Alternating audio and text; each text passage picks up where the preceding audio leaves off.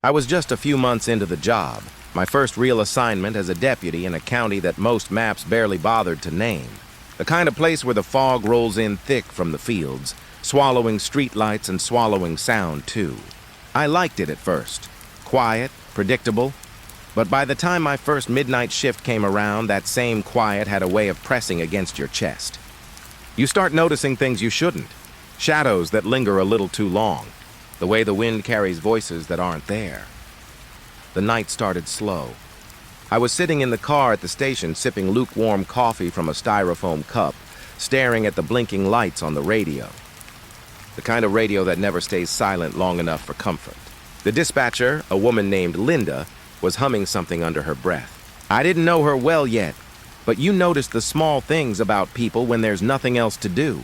How her voice rises and falls like a lullaby. How she chews on the inside of her cheek when she's thinking. The first call came at 1:03 a.m. The kind of call that sounds routine, but carries a weight you can't place at the time.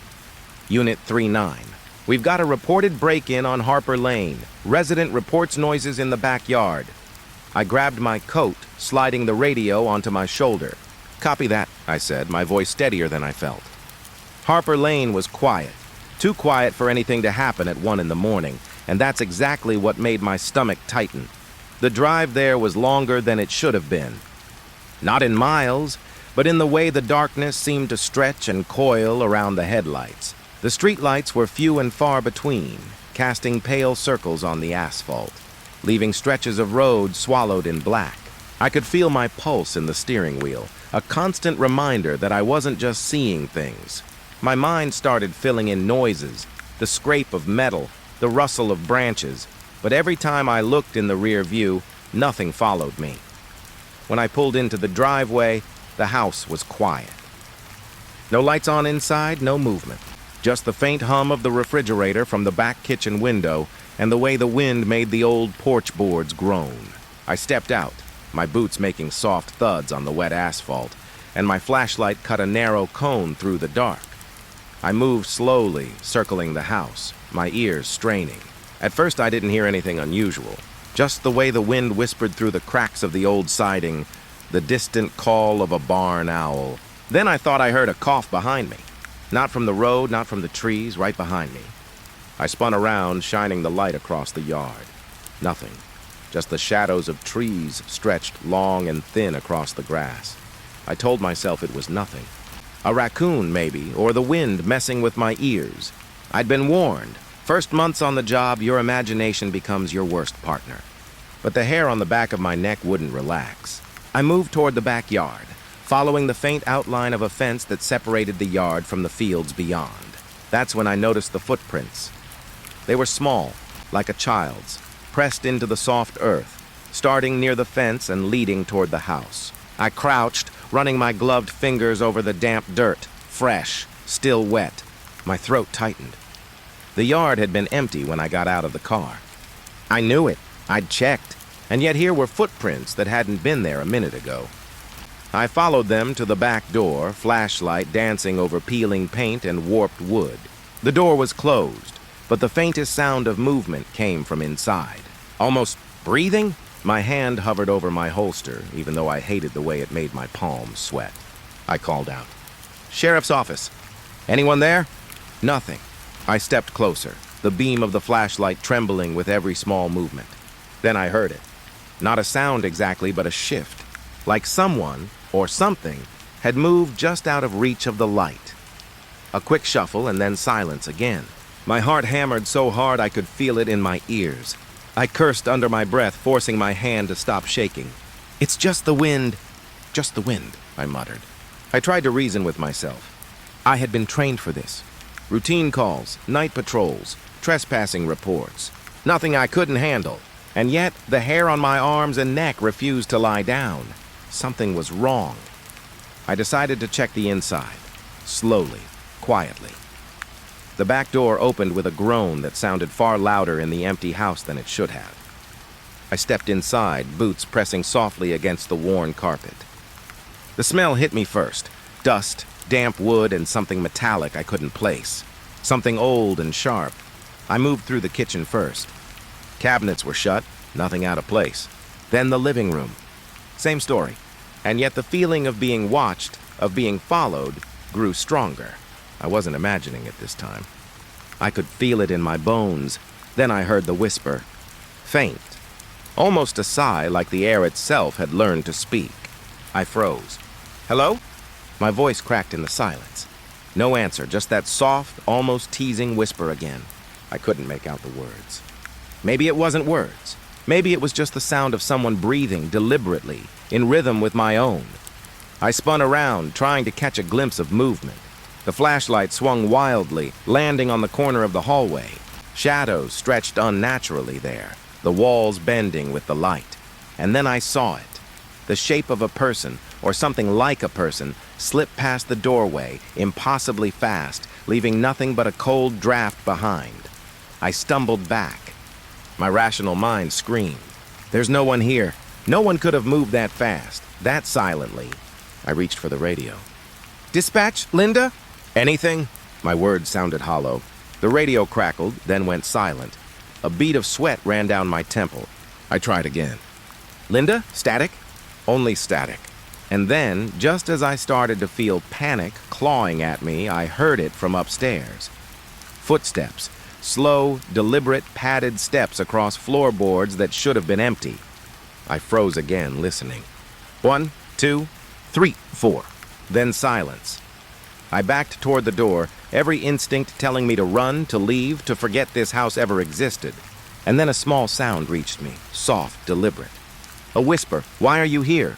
It wasn't coming through the radio. It wasn't coming from a person. It was in my head, or maybe in the walls. I don't know. All I knew was that my body went cold, every hair standing on end. I bolted, out the door, across the yard, through the wet grass, feeling the prints of someone or something behind me. I didn't look back. I didn't stop until I was back in the car, slamming the door and locking it. My chest heaved, lungs burning, hands shaking so hard I could barely hold the radio. Linda's voice finally came through. "Unit 39, you there?" I swallowed, trying to force calm. "Yeah, I'm fine, just false alarm. Looks like the wind got in." My voice was thin, trembling. There was a pause, long enough for the silence to press in like a weight. "All right. Keep an eye out," she said finally. I didn't answer. I couldn't. My hands gripped the steering wheel like it was a lifeline, and I sat there in the quiet, listening to the wind in the trees, waiting, dreading, knowing that whatever it was, it hadn't left. Not really. And that was the first call. The one that would follow me over and over long after I left Harper Lane behind. It wasn't the wind or the shadows or even the empty house that scared me. It was that whisper, that question, so simple and so impossible to answer. Why are you here? Even now I hear it sometimes late at night, when the station is quiet and the fog rolls in thick and soft. Always asking, always waiting. I had just left Harper Lane behind, though I didn't really feel like I'd left at all. Some part of me stayed in that darkened yard, standing frozen on the wet grass, listening to whispers that shouldn't have been there. The memory clung to my mind as I climbed into the cruiser and started the engine. My hands were still trembling, gripping the wheel a little too tight, knuckles white against the black leather. The roads back to the main highway should have been familiar. I'd driven them a dozen times in training and on patrols. Yet as I turned onto the stretch of asphalt that led to the county road, something felt wrong. The lines on the road shimmered, blurred at the edges, like the paint was bleeding into the darkness. The streetlights, spaced in their usual rhythm, seemed to flicker. Or maybe they weren't there at all. I blinked, trying to shake off the unease. I told myself it was exhaustion, maybe the lingering shock from Harper Lane. The radio was silent except for the faint static hum, which usually calmed me. Not tonight. Tonight it felt oppressive, a background growl that pressed against my ears. I leaned back in my seat, trying to control my breathing, counting each exhale. 1, 2, 3, 4, until the rhythm steadied, until I could force the thought away. Then I noticed the first thing that made me stop. The old water tower, the one you could see from almost anywhere in this part of the county, was gone.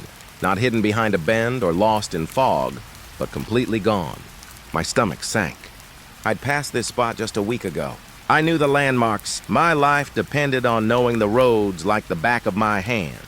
The water tower had been there, tall and rusted, a fixture on the horizon. I shook my head. "No, that's not possible," I muttered aloud. My voice sounded small in the empty car. I turned the wheel slightly, hoping the bend would reveal it again, maybe a trick of the shadows. The road twisted in a way that shouldn't have been possible. Trees were closer now, their limbs reaching over the asphalt, blocking the sky. The smell of damp leaves and rot grew stronger, filling the car like it was a living thing. I tried to radio Linda again to ground myself in something normal. "Dispatch? Come in," I said, voice tight. Silence. Static. Not the friendly hum I was used to, but a low, vibrating drone that made my teeth ache. I turned the dial, flipped switches, and still nothing. The line was dead. The world outside the windshield felt like it had swallowed the signal along with everything else. I drove on, slowly, carefully. Every mile felt wrong. Signs I should have recognized were unfamiliar. A small bridge I'd crossed countless times appeared where the fields should have been, and the road curved sharply into a section of forest that shouldn't even exist. My stomach twisted with fear, but I couldn't stop. Something was out there, waiting, moving, shifting in the shadows. I didn't know what. I just knew I had to keep moving. Then I saw it, a house. A small farmhouse, old, sagging in on itself, paint peeling in long strips. Smoke curled lazily from a chimney, though the windows were dark. I hadn't passed this house before, or at least I didn't think I had. My headlights cut through the mist, illuminating the edges of the porch, the broken railing, the way the grass grew unchecked around the foundation. I slowed to a stop, heart hammering, and felt a wave of vertigo. I should have kept driving. I should have turned around, but something drew me in. Something about the house felt alive, waiting for me to notice it. The smoke from the chimney spiraled upward, then vanished before it reached the sky. I blinked, certain my eyes were playing tricks, but when I looked again, it was gone. The road behind me had changed too. I turned to glance at the asphalt stretching back toward the county line, and there was nothing. No Harper Lane, no familiar curves or signage, just black. Just trees pressing in from either side, their branches scratching against the sides of the car as if testing it, as if testing me. A cold sweat ran down my back. My fingers tightened on the wheel. I told myself this was a hallucination, a combination of stress, fatigue, and lingering fear from the house I'd left behind. I repeated it like a mantra, trying to push the feeling away. But deep down I knew this was different. I pressed on, headlights cutting through the darkness, illuminating glimpses of the road ahead, glimpses that didn't make sense. The road curved sharply left, then right, then back left in a way that defied any memory or map I had. The lines on the asphalt stretched unnaturally, as if the road itself had grown longer, twisting, folding back on itself. The radio remained dead. My own breath sounded too loud. Then I saw them. Faint shadows at the edge of the trees. First one, then another. They moved just out of the cone of my headlights, flitting from tree to tree. I couldn't see faces, just shapes, impossibly thin, impossibly tall, moving in silence. My stomach knotted. I thought about Harper Lane, about the whispers, the footsteps, the things that had moved faster than any human could. I wanted to stop. I wanted to turn the car around, but I couldn't find the road I had come from. Every turn led deeper into the forest, deeper into the darkness. My pulse throbbed in my ears and my vision seemed to narrow, focusing only on the next patch of road, the next fleeting shadow. I noticed something else then, a sound, faint but unmistakable, the crunch of leaves underfoot. Footsteps? Behind me? I flicked the headlights around, but the road was empty. The trees were still, the fog rolling low to the ground, and yet the sound persisted. I couldn't explain it. My rational mind screamed at me to keep driving, to ignore it, but every instinct in my body told me the footsteps weren't alone. I swallowed hard and spoke aloud, even though I knew no one would answer. "Who's there?" My voice was trembling, small against the vast darkness. Silence. Then the whisper, almost at the edge of hearing, "Go back." I froze. My hands tightened on the wheel, knuckles digging into leather. The voice, or whatever it was, wasn't coming through the radio. Not a word, Just that soft, insistent whisper in the air, a warning I couldn't ignore. I turned the wheel slightly, hoping for a stretch of open road, something familiar, but the shadows clung to the edges. The trees bent inward and the path ahead seemed to ripple, like a mirage on asphalt. I pressed on, slower now, senses straining. Every branch that scraped against the car sounded like a scream. Every rustle of leaves like the shuffle of someone or something keeping pace. I wanted to look behind, but I knew I couldn't. Whatever it was, it followed. I could feel it. Not in sight, but in the pit of my stomach, in the way the air felt heavier, thicker, pressing against my skin. Hours, or maybe minutes, passed. Time felt distorted. The fog thickened, swallowing the edges of the car, and the road seemed endless. I began to notice small details, impossible details. Patches of grass growing in patterns that made no sense. Shadows bending at unnatural angles. The occasional glimpse of shapes in the treetops that shouldn't exist. My mind kept trying to rationalize, to insist that it was exhaustion, that it was fear, that it was nothing. But every rational thought felt thin and fragile. I remember one moment clearly. A deer, or what I thought was a deer, stepped onto the road ahead. Its eyes glowed unnaturally in the headlights, too big, too bright. I swerved instinctively and the shape vanished before I could process it. No sound, no movement. Just empty road stretching into the fog. I knew then that whatever was out there wasn't bound by the rules of the world I thought I knew. Finally, in a haze of fear and exhaustion, I saw a faint glimmer of light up ahead. A curve in the road, a break in the trees, maybe the county highway. I pushed the accelerator, desperate for something familiar. But the closer I got, the more I realized it wasn't the highway. It was another house. Small, abandoned, and sagging, just like the first one. Smoke curled from the chimney, then vanished. Windows dark. The porch stretched longer than it should have, warped and uneven. I gripped the wheel and pressed the accelerator harder. I don't remember how I got past it, if I did. Only that when I finally found a stretch of road that resembled the one I knew, my body was shaking, my mind numb.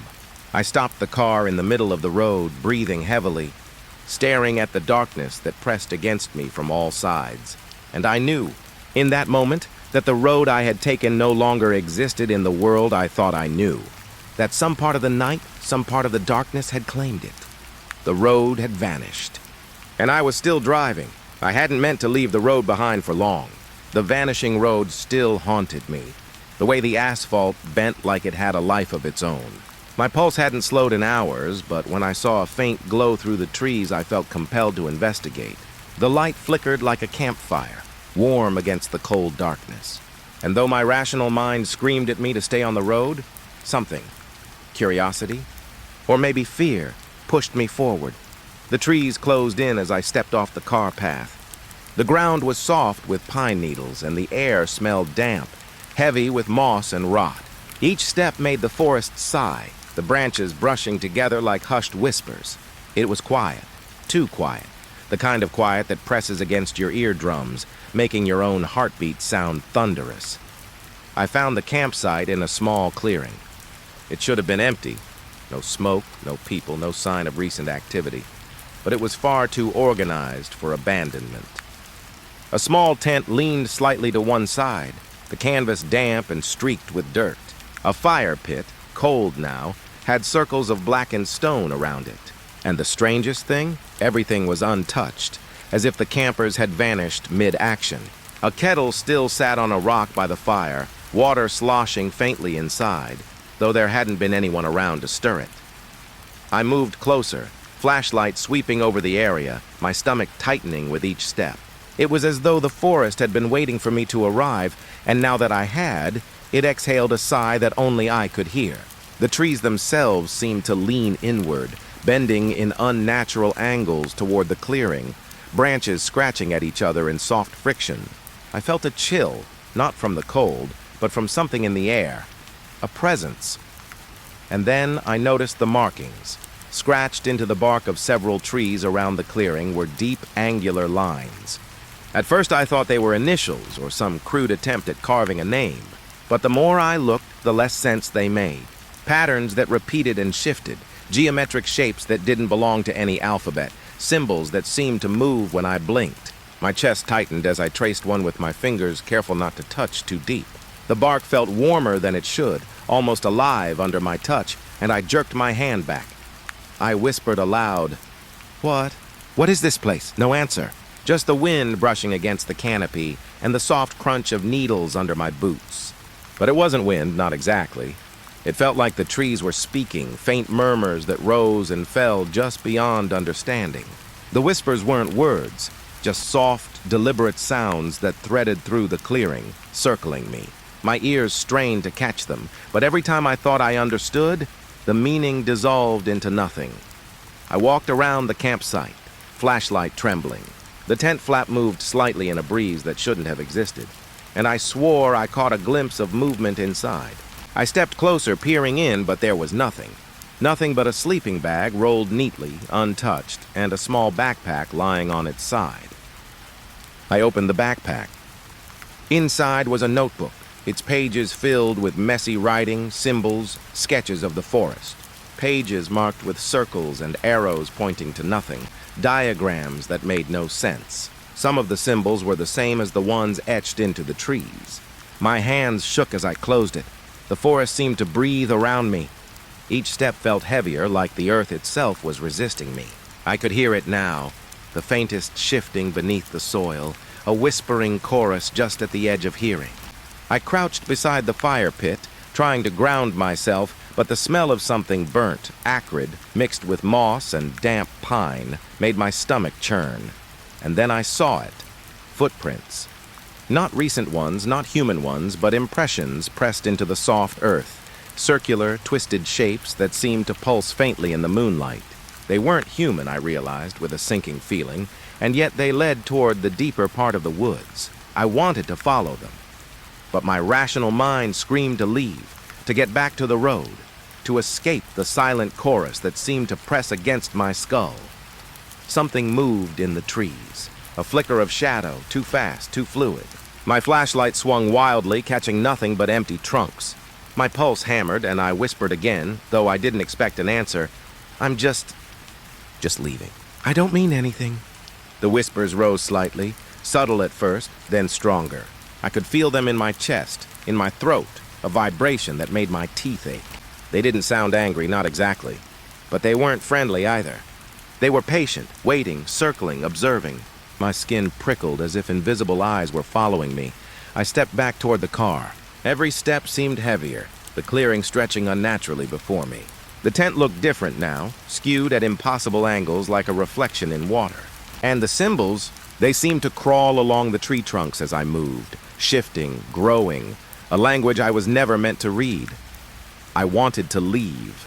I wanted to drive straight out of the forest, to forget the campsite, the symbols, the whispers. But when I reached the edge of the clearing, the path back to the road wasn't there. Just trees, thick and unbroken. The road I had driven was gone, swallowed by the forest. And I realized with a sinking dread that I had stepped into a place that existed outside of the world I knew. A breeze stirred the leaves, and the whispers coalesced. I thought I heard words, fragments at least. "Stay. See? Listen." My throat tightened. My mind recoiled at the suggestion. I wanted to scream, but the forest absorbed it. I felt small, fragile, as if the trees themselves were weighing me down, bending me to their will. I thought of Harper Lane, the vanishing road, and I realized this might be the next stage. The forest had claimed this clearing, had claimed whatever lived or had died here, and now it had claimed me.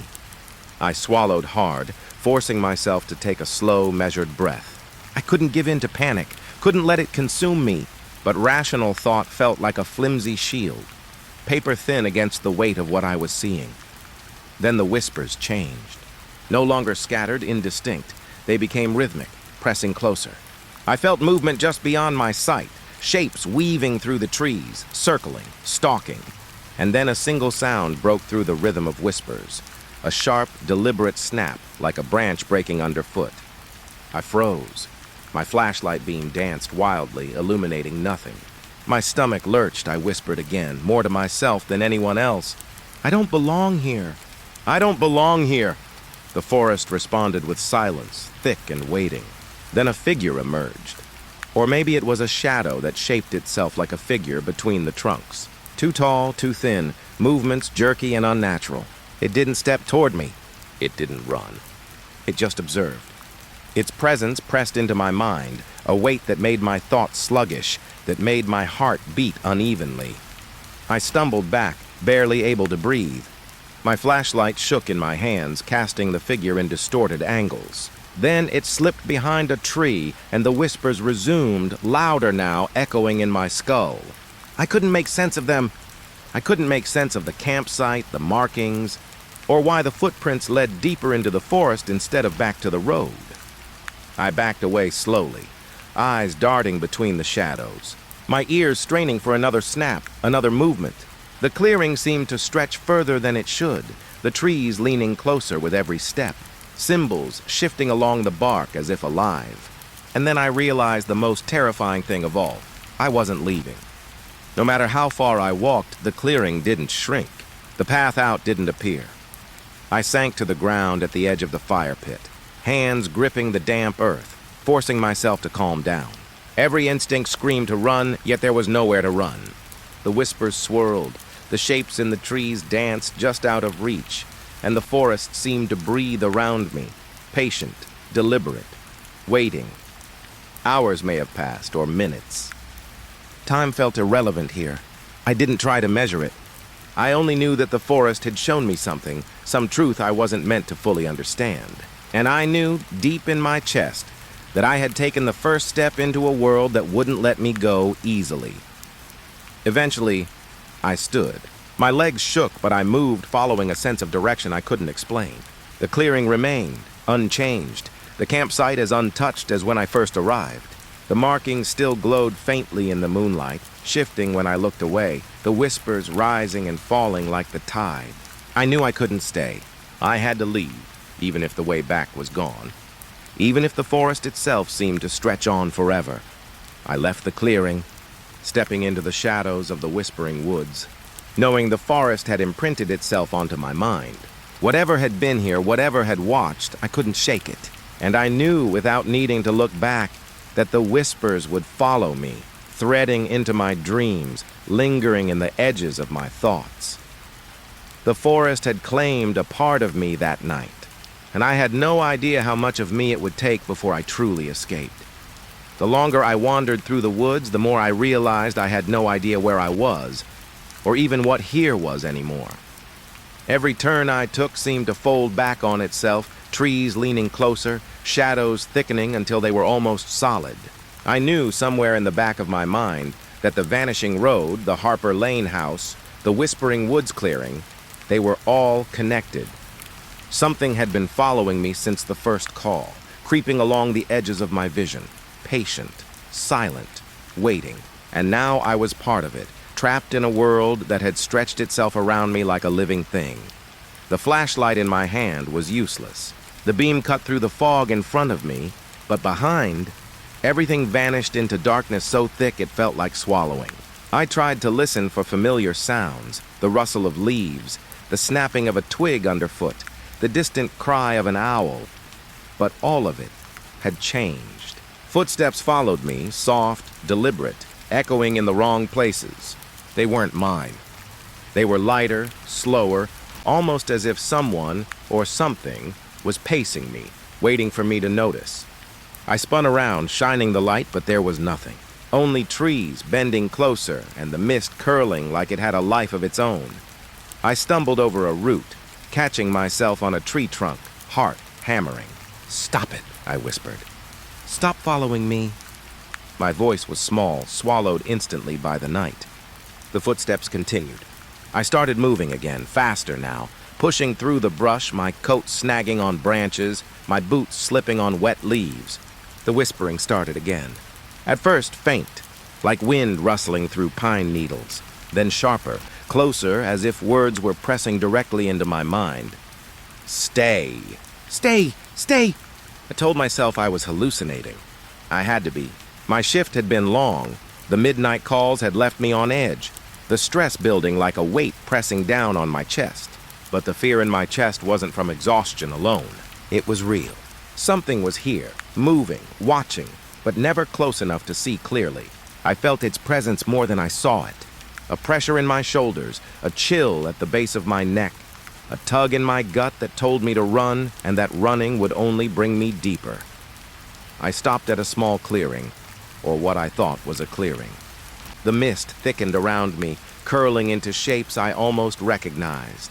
Trees bent into impossible angles, roots twisted like fingers, leaves fluttering though there was no wind.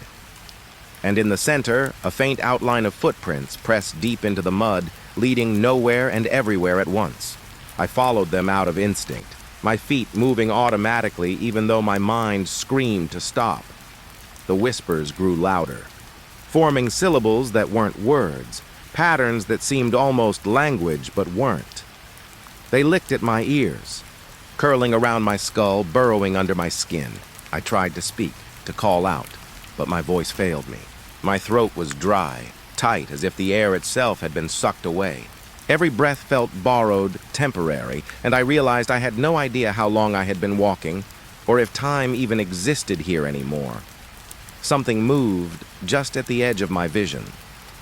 A shadow slinking between the trees, disappearing when I turned my head. I froze, listening. My heart was so loud in my chest I could hear the blood rushing in my ears. The sound of footsteps stopped. The whispers paused.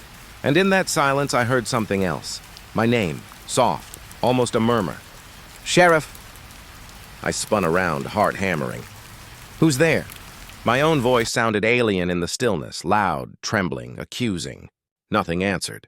Only the thick mist curled around the trunks like it was alive, like it had learned to move and breathe. The footprints in the mud shifted slightly. I swear they did. Not from me, from something else. Something watching.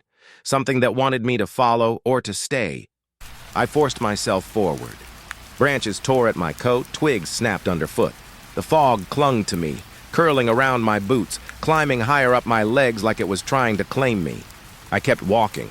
The flashlight illuminated shapes that were almost familiar. A fallen log, a cluster of rocks, the twisted trunk of a tree I felt I had passed before. But nothing felt right. Distances stretched and contracted in ways that defied reason. I could see the same tree twice, or maybe the same tree was everywhere. I stumbled again, this time catching the edge of something solid. My flashlight caught a glimpse of it. A tree, but its bark was scarred, carved with the same symbols I had seen in the campsite. I traced them with my fingers, feeling the grooves warm and pulsing like something alive. I jerked my hand back. The whispers returned immediately, a soft chorus circling me, building, shifting, weaving into my thoughts. "You shouldn't be here. You can't leave. You belong." I shook my head violently. "No, I don't belong here." My own words sounded hollow. I could feel panic rising, bubbling up, threatening to consume me entirely. But I forced it down. Breathe. Breathe.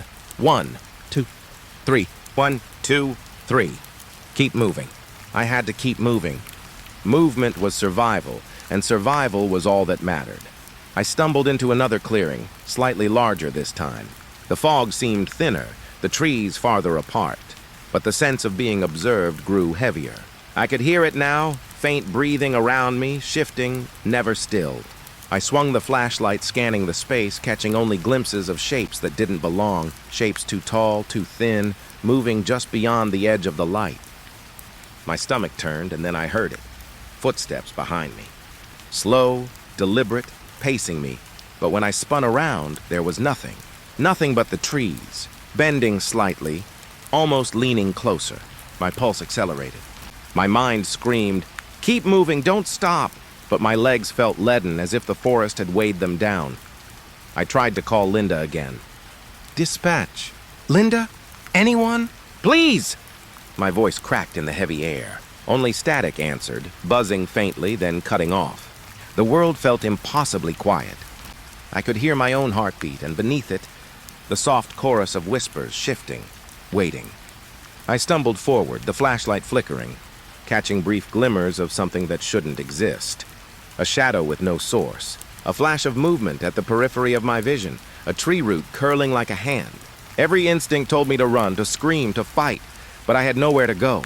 Every path I took led back into the same darkness, the same fog, the same whispers, and then I realized I was lost. Not just physically, though that was true, but in every sense. Lost in a night that had no end. Trapped in a space that stretched impossibly, haunted by sounds that couldn't be explained. Every shadow seemed alive, every whisper a warning, every footprint a trap. I sank to my knees, chest heaving, hands gripping the cold, wet earth. I could feel the presence around me, patient and deliberate, circling, weighing, waiting. I whispered to it, though I knew it could hear me anyway. "I'm sorry. I don't belong here. Please!" The forest answered with silence first, then with whispers, louder, more insistent. "You are here. You will stay. You cannot leave." I tried to speak again, to call out, but my words died in my throat. The footsteps circled me, soft and deliberate, but always just out of sight. My flashlight flickered and went out, plunging me into darkness that was almost solid. I could feel it pressing against me, curling around my limbs, pressing into my chest. I stumbled blindly, hands outstretched, brushing against tree trunks, roots, leaves. Every surface was cold, wet, alive. The whispers were everywhere now, filling my mind, threading through my thoughts, pressing into my skull with a rhythm I couldn't escape. I fell to the ground, shivering, gasping for breath. My legs gave out. The fog curled around me, thick and suffocating. The forest seemed to lean closer, the branches reaching, scratching, waiting. I could hear the footsteps pacing me still, circling, soft, deliberate, impossible to trace. Time had no meaning anymore. Hours, minutes, days, I couldn't tell. Every attempt to move, to find a path back to the road, ended in the same crushing darkness, the same weight, the same whispers. I realized slowly, with a cold, sinking certainty, that I was trapped, not by trees or branches, but by the night itself, by the forest that had claimed me, by the shapes that moved just beyond perception, by the whispers that had learned my name. And in that realization, a final thought pressed into me, sharp and clear. I might never leave. I lay there, chest heaving, hands gripping the cold earth, listening to the footsteps, the whispers, the night that had no end. The shapes shifted just beyond my vision, bending reality around me. The forest had stretched itself, folded itself around me, and I had no escape. All I could do was wait, listen, and breathe, knowing that somewhere, somehow, the night had me, that the whispers would follow me forever, threading into every memory, every thought, until I could no longer tell where I ended and the forest began. And then I realized maybe it didn't matter if I ever left. Maybe being here, being trapped, being claimed was exactly what it wanted. The footsteps continued, pacing me, circling me. The whispers wound around me, inescapable, patient. And I understood in that cold, impossible moment that the night would never end. I hadn't thought about that night in decades. Not until recently, sitting in this creaking chair with the old radio crackling softly beside me. It's the kind of radio that doesn't stay silent for long, even when you want it to. The dials are worn, the casing chipped, but when it comes to picking up the airwaves of a small town, nothing else compares. That night I was fresh on the force, barely a month into the badge, still trying to convince myself that the uniform fit, that the weight of responsibility didn't crush my chest before I even left the station. It started as a quiet evening. The town was small, the streets nearly empty by 9, the stores closed, and the few headlights that passed through seemed more like ghosts than people. I was in the office, flipping through old reports and scanning the radio, waiting for a call that never came. The hum of the receiver was almost comforting. Static is predictable. Static is safe. Then it came. The first voice was faint, almost lost in the hiss and pop of the frequency. Unit 3. Help. The words were broken, fragmented, layered over static so thick it was hard to tell if someone was speaking or if my mind was just filling the gaps. I froze, hand on the receiver. My heart skipped a beat. There was no call logged, no dispatch on record, but the voice was there. I leaned closer, adjusting the dial, turning knobs, trying to get a clearer signal. Unit 39, what's your location? I asked, keeping my voice low. The voice came again, desperate, panicked, but still nowhere near clear. Trapped. They're behind, and then silence. Just the static buzzing in my ears, like a swarm of bees trapped in a jar. I remember running through every rational explanation. Wrong frequency, prank call, a kid playing with a walkie-talkie, maybe a dispatcher elsewhere accidentally sending the message through the wrong channel. But deep down, I knew none of those explanations fit. The tone of the voice, the urgency, the fear, it was real. Terrifyingly real. I grabbed my coat, keys jangling in my hand, and stepped outside. The streets were quiet, the air thick with mist that smelled faintly of wet leaves and something metallic I couldn't place. I walked toward my patrol car, the flashlight in my other hand casting weak beams across the asphalt. The town looked the same, perfectly normal, but it didn't feel normal. The night had weight. The silence wasn't comforting anymore. It pressed against me, heavy and accusing. I tried to locate the source of the voice by walking along the streets, following the direction the radio seemed to drift. Every turn, every corner, every house looked familiar, and yet something was wrong. The street signs seemed slightly off. A house I passed had its shutters closed where they were always open. Shadows stretched in impossible directions, bending over the asphalt like they didn't belong. My pulse quickened, then the voice came again. Clearer this time, cutting through the static. "Help! Don't! Leave me!"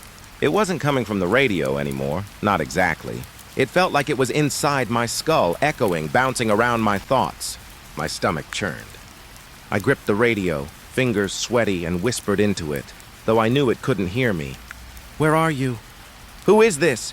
The answer was faint, almost a sigh, and impossible to locate. "Don't come. They'll..." And then it cut out.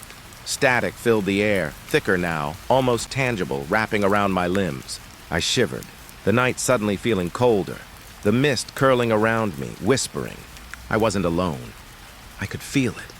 Movement in the shadows, figures just beyond the edge of the light, shapes that didn't belong. I ran back to the car, sliding into the driver's seat, hands shaking as I fumbled with the keys. The engine roared to life, headlights cutting into the fog. I drove slowly at first, scanning every alley, every corner. The voice came again, this time pleading, terrified. "Please! They're coming. Don't..." My chest tightened. My pulse was loud, echoing in my ears. I couldn't see anything in the fog, but I could feel eyes on me. Something followed, always just out of reach, slipping behind walls, over rooftops, bending the night around it. I called dispatch from the car radio, hoping to hear another human voice, hoping for guidance. "Dispatch, Unit 39, do you copy?" My voice cracked. Static answered. Nothing else. The world outside felt unreal, like the town had been stitched into a fabric I wasn't meant to see. Every familiar landmark looked wrong. Every shadow carried weight. I drove cautiously, clutching the wheel, heartbeat hammering. Then I remembered the old warehouse near the edge of town. It had been abandoned for years, its windows boarded, its roof sagging. Somehow my gut told me to go there, though I didn't know why. I turned down the empty street, headlights cutting through mist that seemed almost alive, curling around the corners of buildings, crawling along the pavement. The radio crackled. The voice, urgent, closer. "They're behind! Don't..." I froze. The words made no sense but carried a weight I couldn't ignore. I glanced at the boarded windows, the shadows within. And then I saw movement, just a flicker at first, then something darker, shifting, impossible to name. My stomach dropped. The world felt wrong, like a picture that had been stretched and folded until nothing fit. I drove slowly past the warehouse, scanning, trying to keep calm. The voice was silent now, replaced by static that buzzed and hissed, pressing into my skull. I wanted to turn back, to escape, but the streets were unfamiliar now. My map of the town didn't match the world I was seeing. Every block, every alley seemed slightly shifted, slightly off, then it came again. Clear, distinct. My name, Sheriff. Not the polite professional tone I was used to, but soft, pleading, fractured. My heart nearly stopped. I spun in the seat looking for the source, but there was nothing. Only fog curling between the buildings, shadows twisting. I realized, with a hollow sinking in my chest, that the voice had no origin in space. It existed somewhere else. In another layer of the night, I tried to tell myself it was a trick of the mind, stress, fear, fatigue. But the rational part of my brain, the part that wanted to cling to reason, could not explain what I felt in my chest, the heavy, oppressive certainty that something real was reaching for me, that something real had called my name, that I had answered it simply by being awake, being alive, being here. The radio hummed again, static morphing into words. Don't follow. Don't.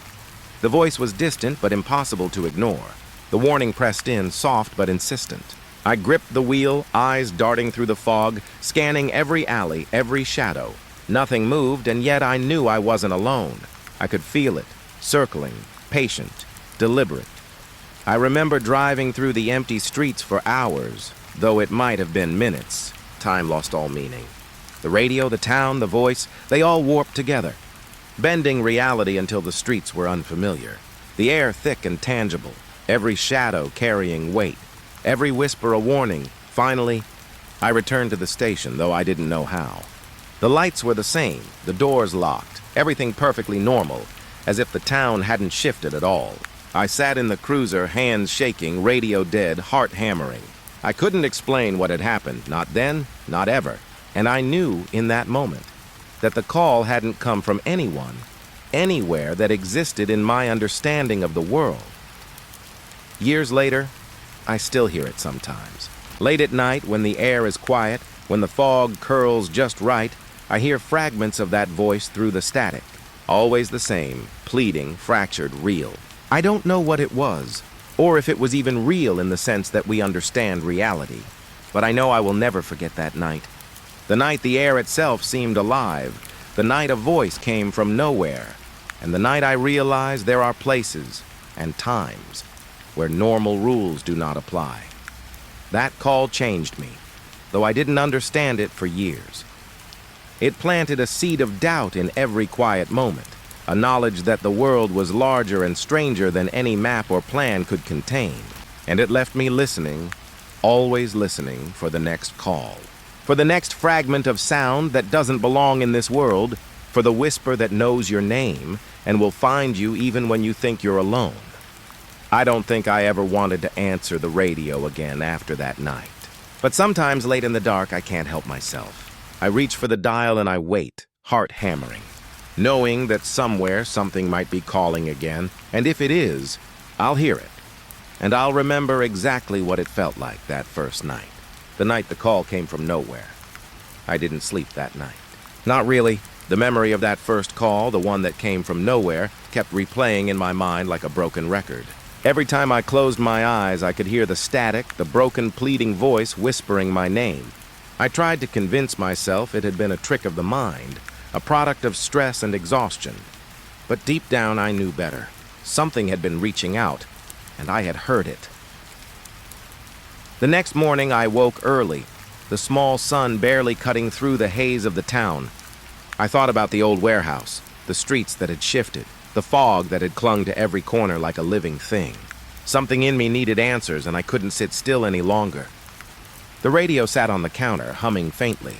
I turned it on, slowly, listening. Static. A low, pulsing hum. And then faintly, almost a whisper, "Help!"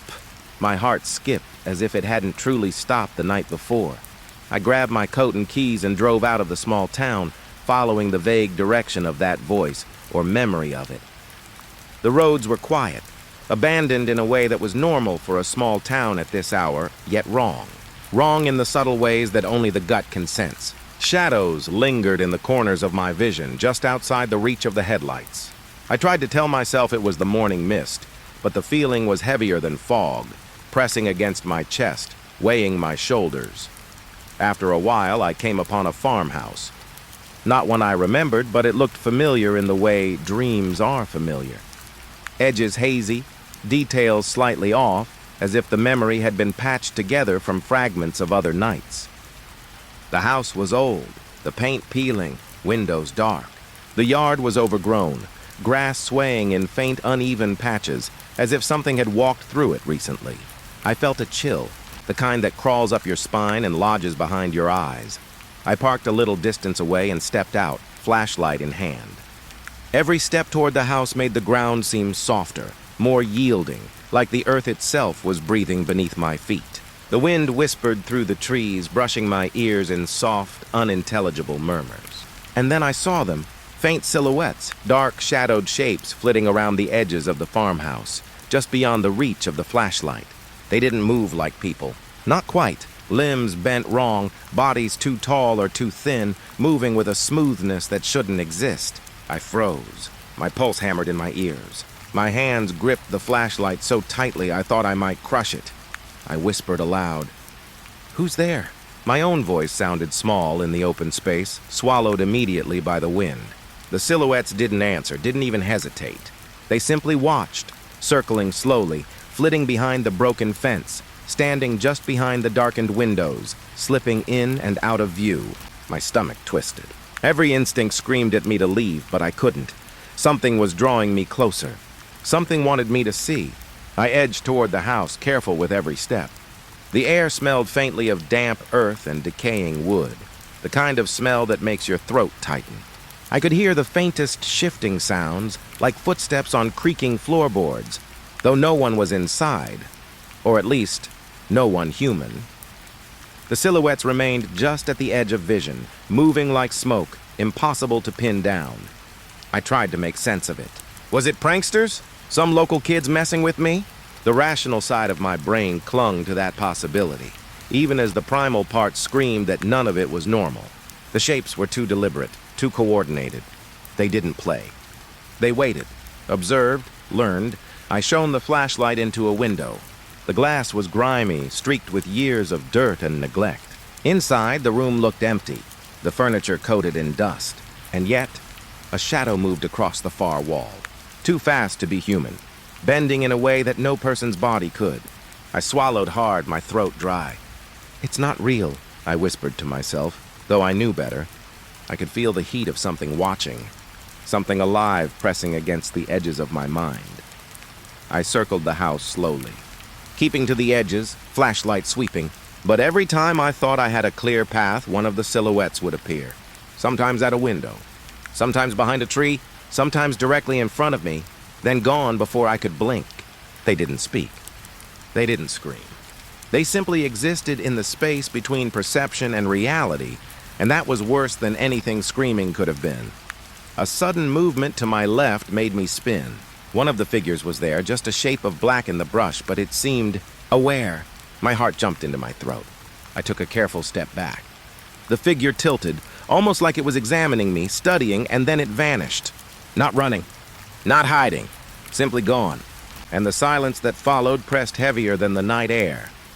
I moved closer to the back of the house, flashlight cutting through the brush, noticing more symbols scratched into the trees and fence posts. Angular lines, some repeated, some seemingly random. They pulsed faintly in the beam, as if alive. I traced one with my finger, feeling a heat that shouldn't have been there. I jerked my hand back.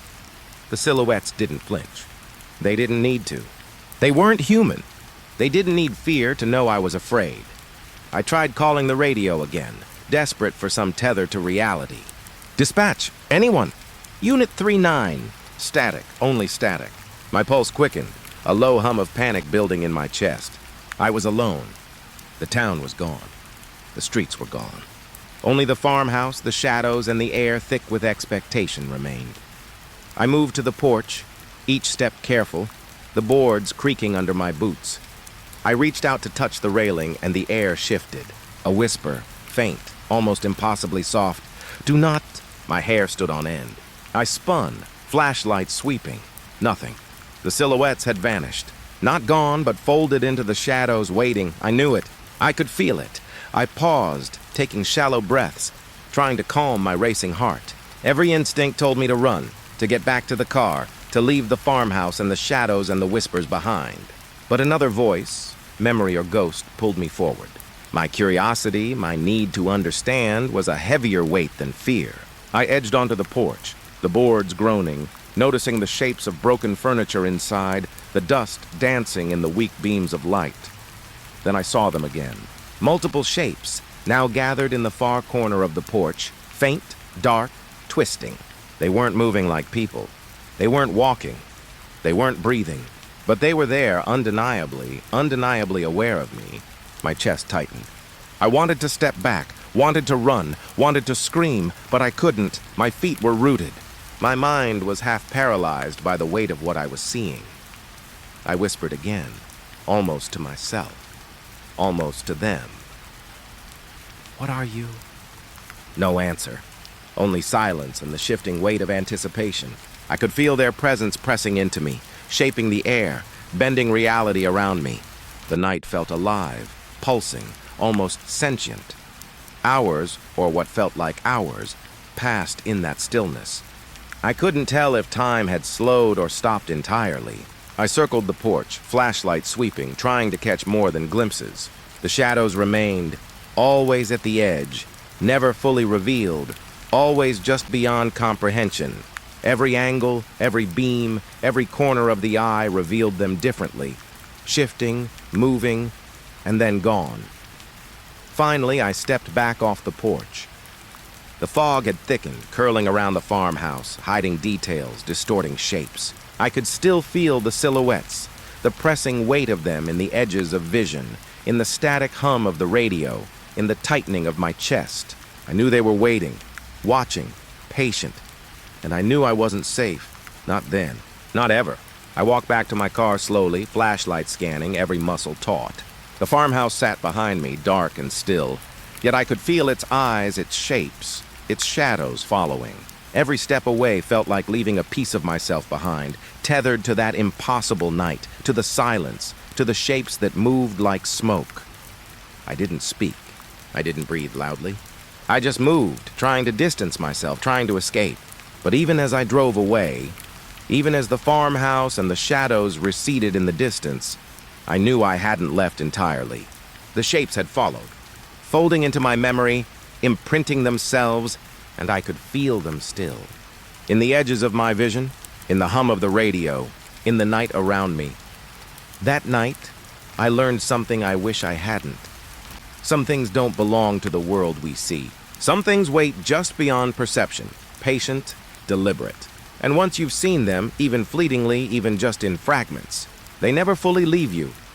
I drove back into town, heart pounding, hands gripping the wheel, aware that every shadow might hide those shapes, every dark corner might contain their impossible forms. And I knew that eventually I would hear the call again, or see the silhouettes, or both.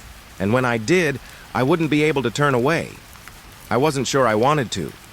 I didn't sleep that night either, not properly.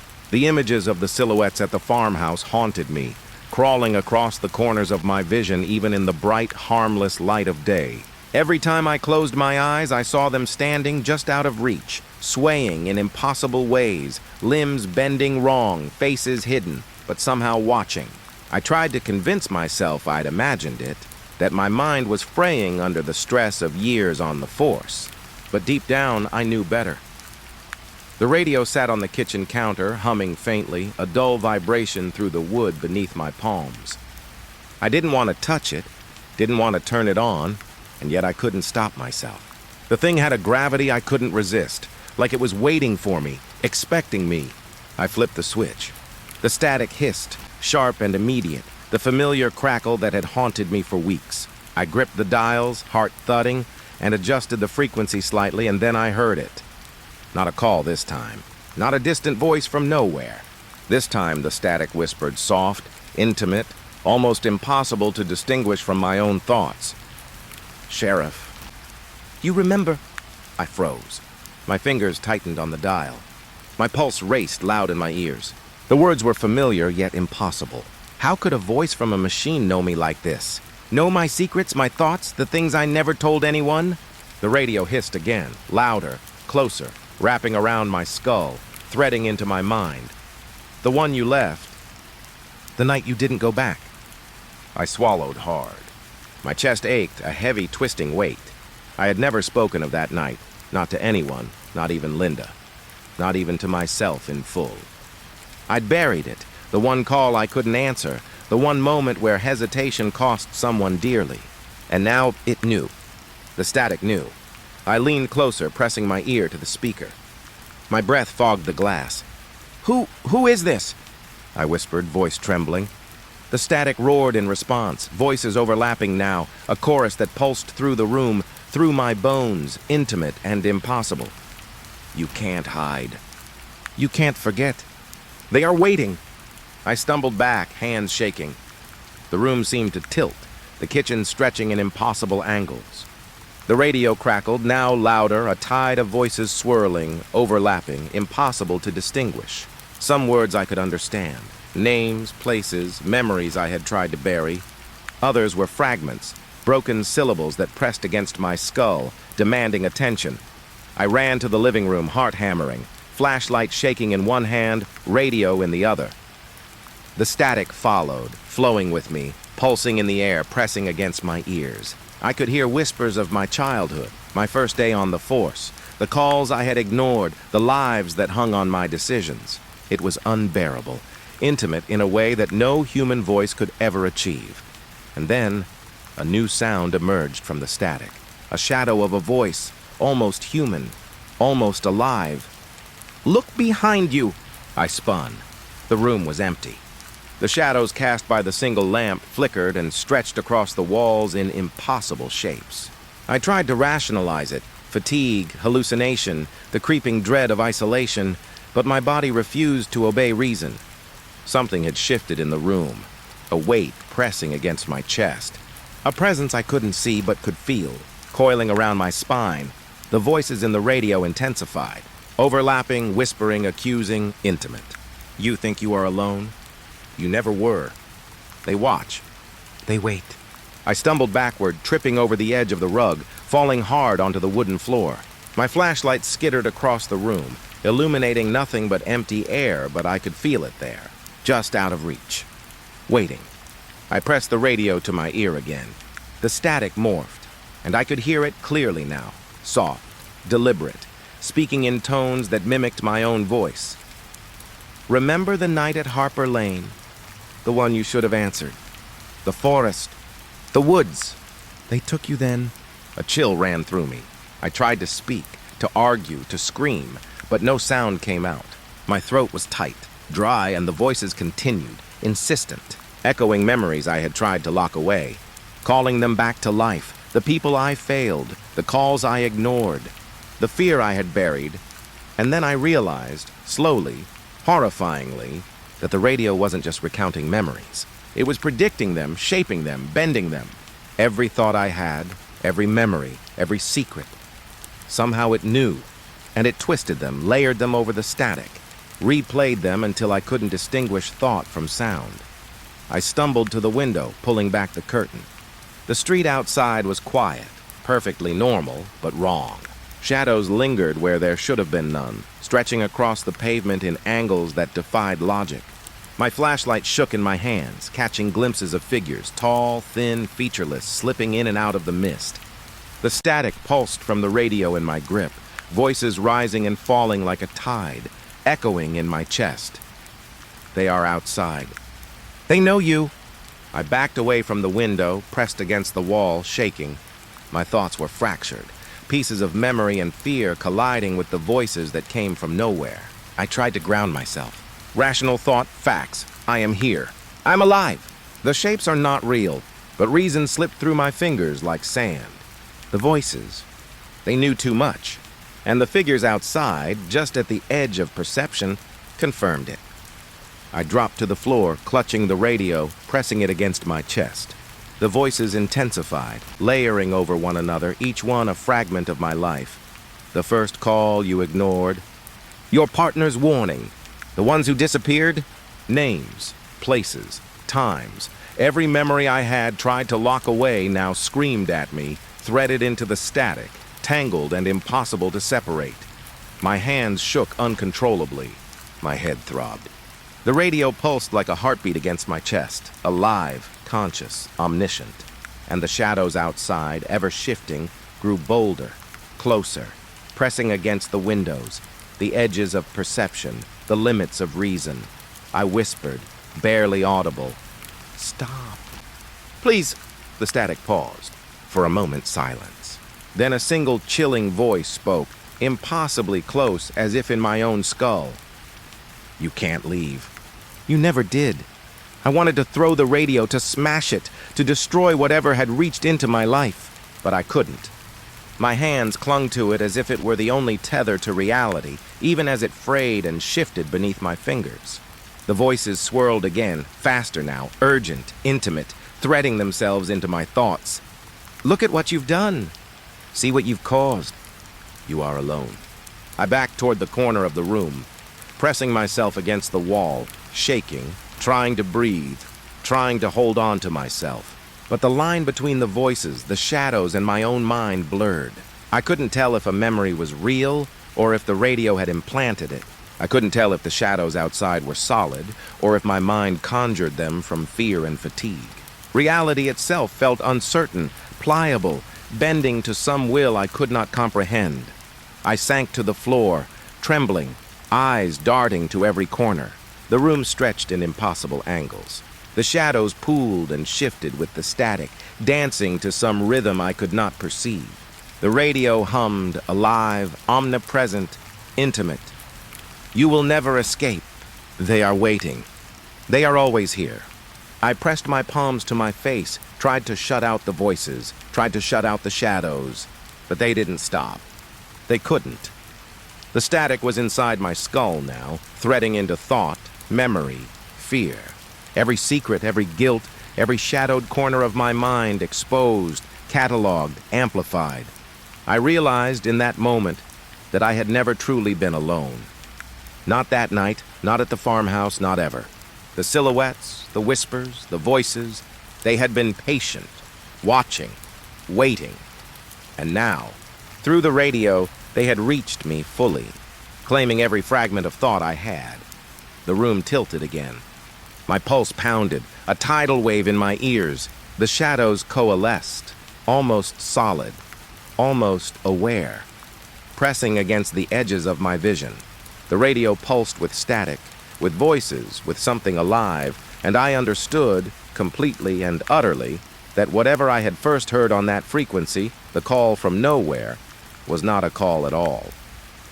It was an invitation, a warning, and I had stepped across the threshold without knowing it.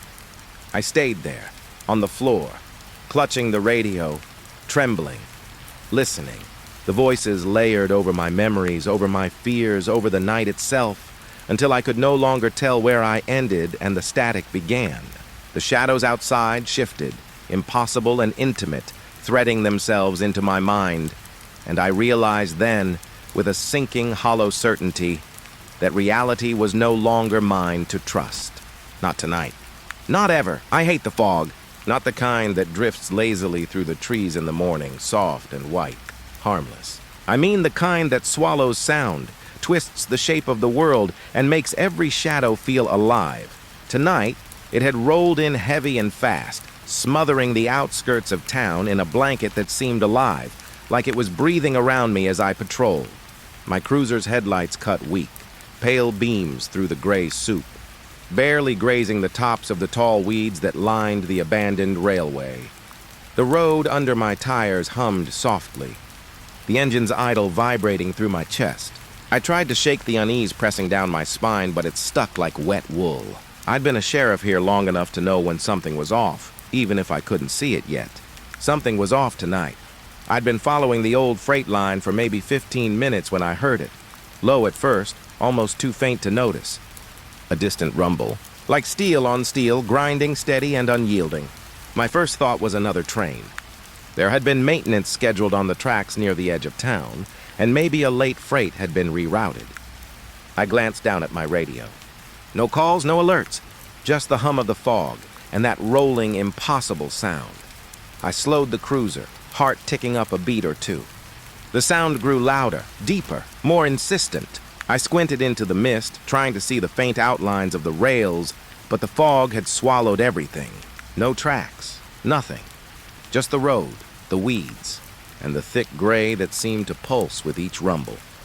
I stepped out, boots sinking slightly into damp gravel, and the sound hit me fully then, louder, impossibly close, vibrating through the soles of my feet, the very air trembling around me.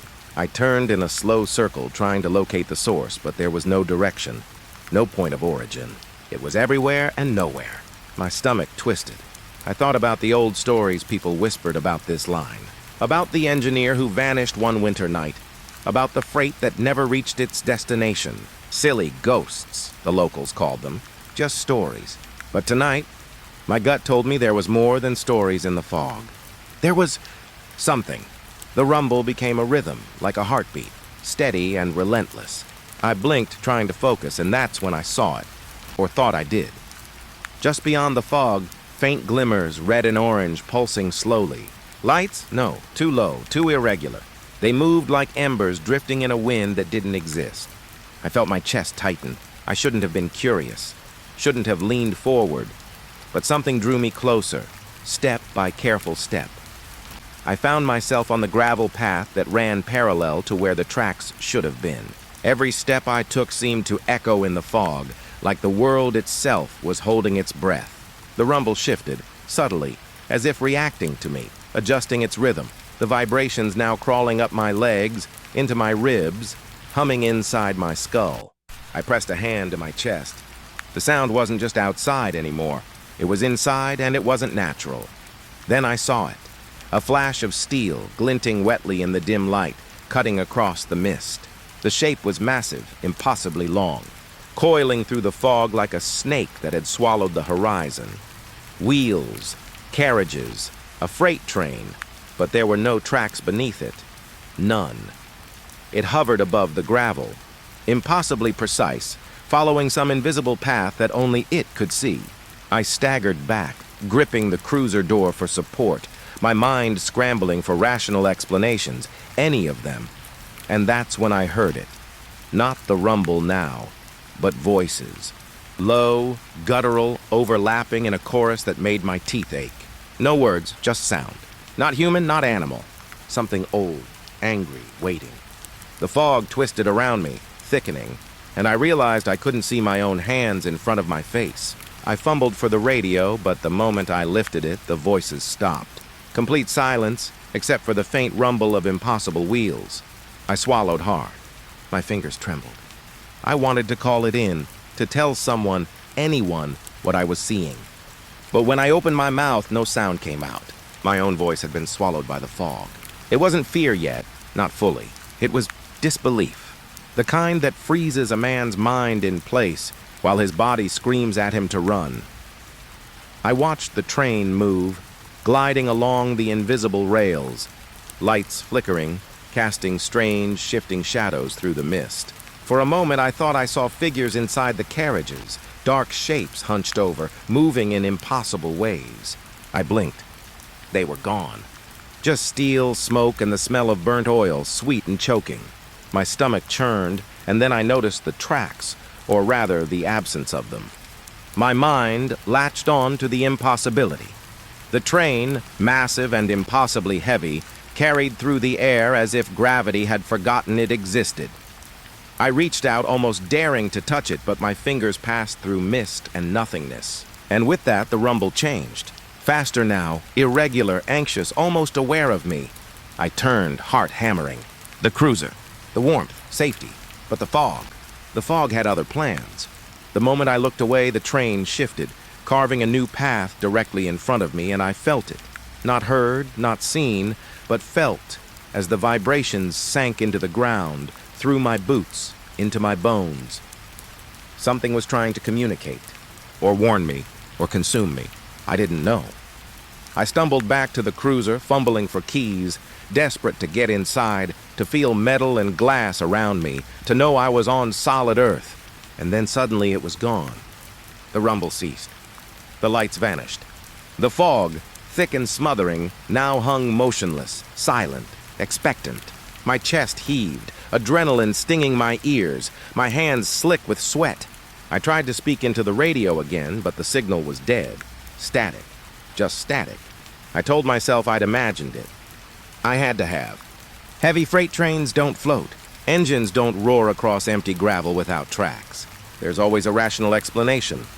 And yet, my boots pressed down on gravel that hadn't been there before. Or had they? I looked around. The mist shifted. The world felt smaller, tighter, as if the fog itself were a cage. And for a fleeting, terrible moment, I wondered if the train had noticed me. A sound snapped me out of it. A metallic clink, soft, deliberate, somewhere behind me. I spun, every nerve on fire. Nothing, just the fog. I swallowed bile, gripping the door handle. My mind raced. Call for backup? Chase it? But chase what? Something that shouldn't exist. My fingers shook as I started the engine, hoping, praying, that motion would break the spell, that the rational world would reassert itself. Headlights pierced the mist, weak and trembling. I shifted into drive, tires skimming over gravel, every bump feeling like an impact against my chest. And then I heard it again, the rumble, faint now, receding. Or maybe following. I couldn't tell. The fog swirled, and for a heartbeat, I thought I saw the shape of a locomotive, sleek, black, impossibly long, riding on the wind itself. I blinked. Gone. Nothing but fog. I drove for miles, engine screaming, eyes darting to the rearview mirror. Nothing followed. Nothing. But the memory of those lights, that impossible weight, the vibration crawling into my bones. It stayed. A pulse, a reminder, like the fog had branded itself inside me. My hands didn't leave the wheel until I reached town proper. Streetlights, solid and human, grounded me. I parked in front of the station, chest heaving, body shaking. And yet, I know it's still out there. I can feel it. In the quiet hum of the night. The whispering wind through the abandoned tracks. Maybe it's waiting, or maybe it's just passing by, watching. I don't know. All I know is that the fog remembers me, and I'm not sure I want to ever see what comes with it again. The tracks, they're still there, but maybe not. Maybe they were never there at all. Maybe it wasn't a train. But I swear, when the fog rolls in like this, I can hear it. A rumble in the distance, impossible, relentless, waiting. And I know deep down that one day it will come back. I kept the cruiser running, the headlights cutting weak swaths through the fog as I approached the old freight yard. Rusted carriages leaned at odd angles, their metal skin pocked with years of weather and neglect. The place had been abandoned for decades, ever since the town's freight line fell out of use. Nobody came here. Nobody went near it. And yet tonight, something drew me in. Like the fog itself was dragging me forward. The first carriage I reached sagged on its rusted wheels, the paint long gone, leaving bare steel streaked with orange and brown. I ran a hand over the side, startled by the cold, rough texture, flakes of rust falling onto my fingers like dry skin. The smell hit me then, sharp, metallic, faintly sour, like old blood left to rot. My stomach clenched. I stepped back, shaking my head, telling myself I was imagining it. I'd seen rusted metal before. I'd smelled decay. But this was different. It felt alive. I circled the carriage, flashlight in hand, heart picking up pace. Scratches scored the sides in chaotic patterns, gouges deep enough to reveal fresh-looking metal beneath the oxidized surface. I swallowed hard. Fresh scratches on decades-old steel. That didn't make sense. I leaned closer, squinting, trying to make sense of the shapes. They weren't random. They were deliberate. Letters, almost. Symbols. My mind balked at the thought, and yet, when I stared, I thought I could make them out. Names, dates, maybe messages, or warnings. Something old, something desperate, etched into the skin of a machine that should have been dead long ago. Then I saw the streaks, thin. Dark lines trailing along the grooves of the carriage, barely visible under the grime. My hand shook as I reached out, dragging a finger through the dried residue. Cold, sticky, and unmistakably, blood. My stomach lurched. I gagged, stepping back. I tried to tell myself it was old, decades old, just rust mixing with some long-forgotten leak or chemical. But the smell told me otherwise. The scent was sharp, metallic, alive in a way that shouldn't be possible. I pressed my glove to my nose, trying to steady my breathing. Rational thoughts fought with instinct. It was impossible. And yet there it was. Old blood, and yet fresh. I glanced around. The yard was silent, oppressive. The fog clung to the ground, swirling between the carriages like a living thing. Shadows pooled in corners, and every sound, the scrape of metal in the wind, the faint crackle of ice forming in puddles, made me jump. My hand rested on my gun, though I doubted it would do any good. Guns didn't stop what was here. Nothing did. I moved to the next carriage, boots crunching on gravel and debris. More scratches, more streaks, and the smell stronger here, almost overpowering. I felt it pressing at my chest, suffocating in a way that had nothing to do with air. My heart pounded so hard I thought the blood would burst from my ears. I tried to focus, to analyze, but every rational thought slid through my mind like smoke. Inside the carriage, I found old seats, torn and mildewed. Dust hung thick, disturbed only by the occasional beam of my flashlight. But the floor told a story. Long streaks of blood led from one end to the other, twisted in directions that suggested a struggle. Footprints, too, barely visible, pressed into the rust and grime, leading forward and back, like someone or something had walked this path endlessly. I traced one with my finger, shivering. The prints were deep, heavy, and they ended at the far wall as though the person had vanished. I stepped back, hand on the flashlight, trying to keep my voice calm as I whispered to myself, "It's nothing. Just old stories. Nothing happened here in decades." But even as I said it, I knew I was lying. Something had happened here. Something the fog was keeping alive. Something waiting. The next carriage leaned dangerously, its frame twisted from years of neglect. I hesitated, but curiosity overpowered reason. Inside, the air was thick and metallic and the floor slick underfoot. I moved slowly, scanning. My flashlight caught something in the corner, a smear darker than the rest, glistening as though wet. I swallowed, forcing my hands to steady. The smell hit me first, sharp and immediate. Blood. Fresh blood. I knelt, heart hammering, and traced the smear with a gloved finger. It was sticky, warm. My stomach turned, bile rising. I wanted to look away, to run, but my body refused. I wanted to understand. And then I saw the scratches, small, almost childlike, but deliberate, deep enough to cut through rust and into metal. They spelled something, or maybe a name. I couldn't tell. My mind kept shifting the letters, trying to make sense of them, but the fog outside seemed to pulse in rhythm with my panic. A sound made me freeze. Soft, scraping, behind me. I whipped around. Nothing, just the fog, still and suffocating. My ears strained. I thought I heard breathing, low, ragged, but the air was still. I wanted to tell myself it was my own, but it wasn't. It was too deep, too wet. Alive, watching, waiting. I backed out slowly, every step echoing on the metal floor. And then I saw them. Tiny, almost invisible scratches along the edges of the carriage, hundreds of them, like fingers had clawed at the walls from the inside. My stomach dropped. The blood, the scratches, the vanished prints, they weren't decades old. They were ongoing. Something was still here. Something moving, hidden in the fog and the rust, patient. I wanted to leave. I wanted to get in the cruiser, lock the doors, and drive until the fog and this nightmare disappeared behind me. But something, some part of me I didn't recognize, kept pulling me deeper. I went to the next carriage. More blood, more scratches, and then I found the bodies.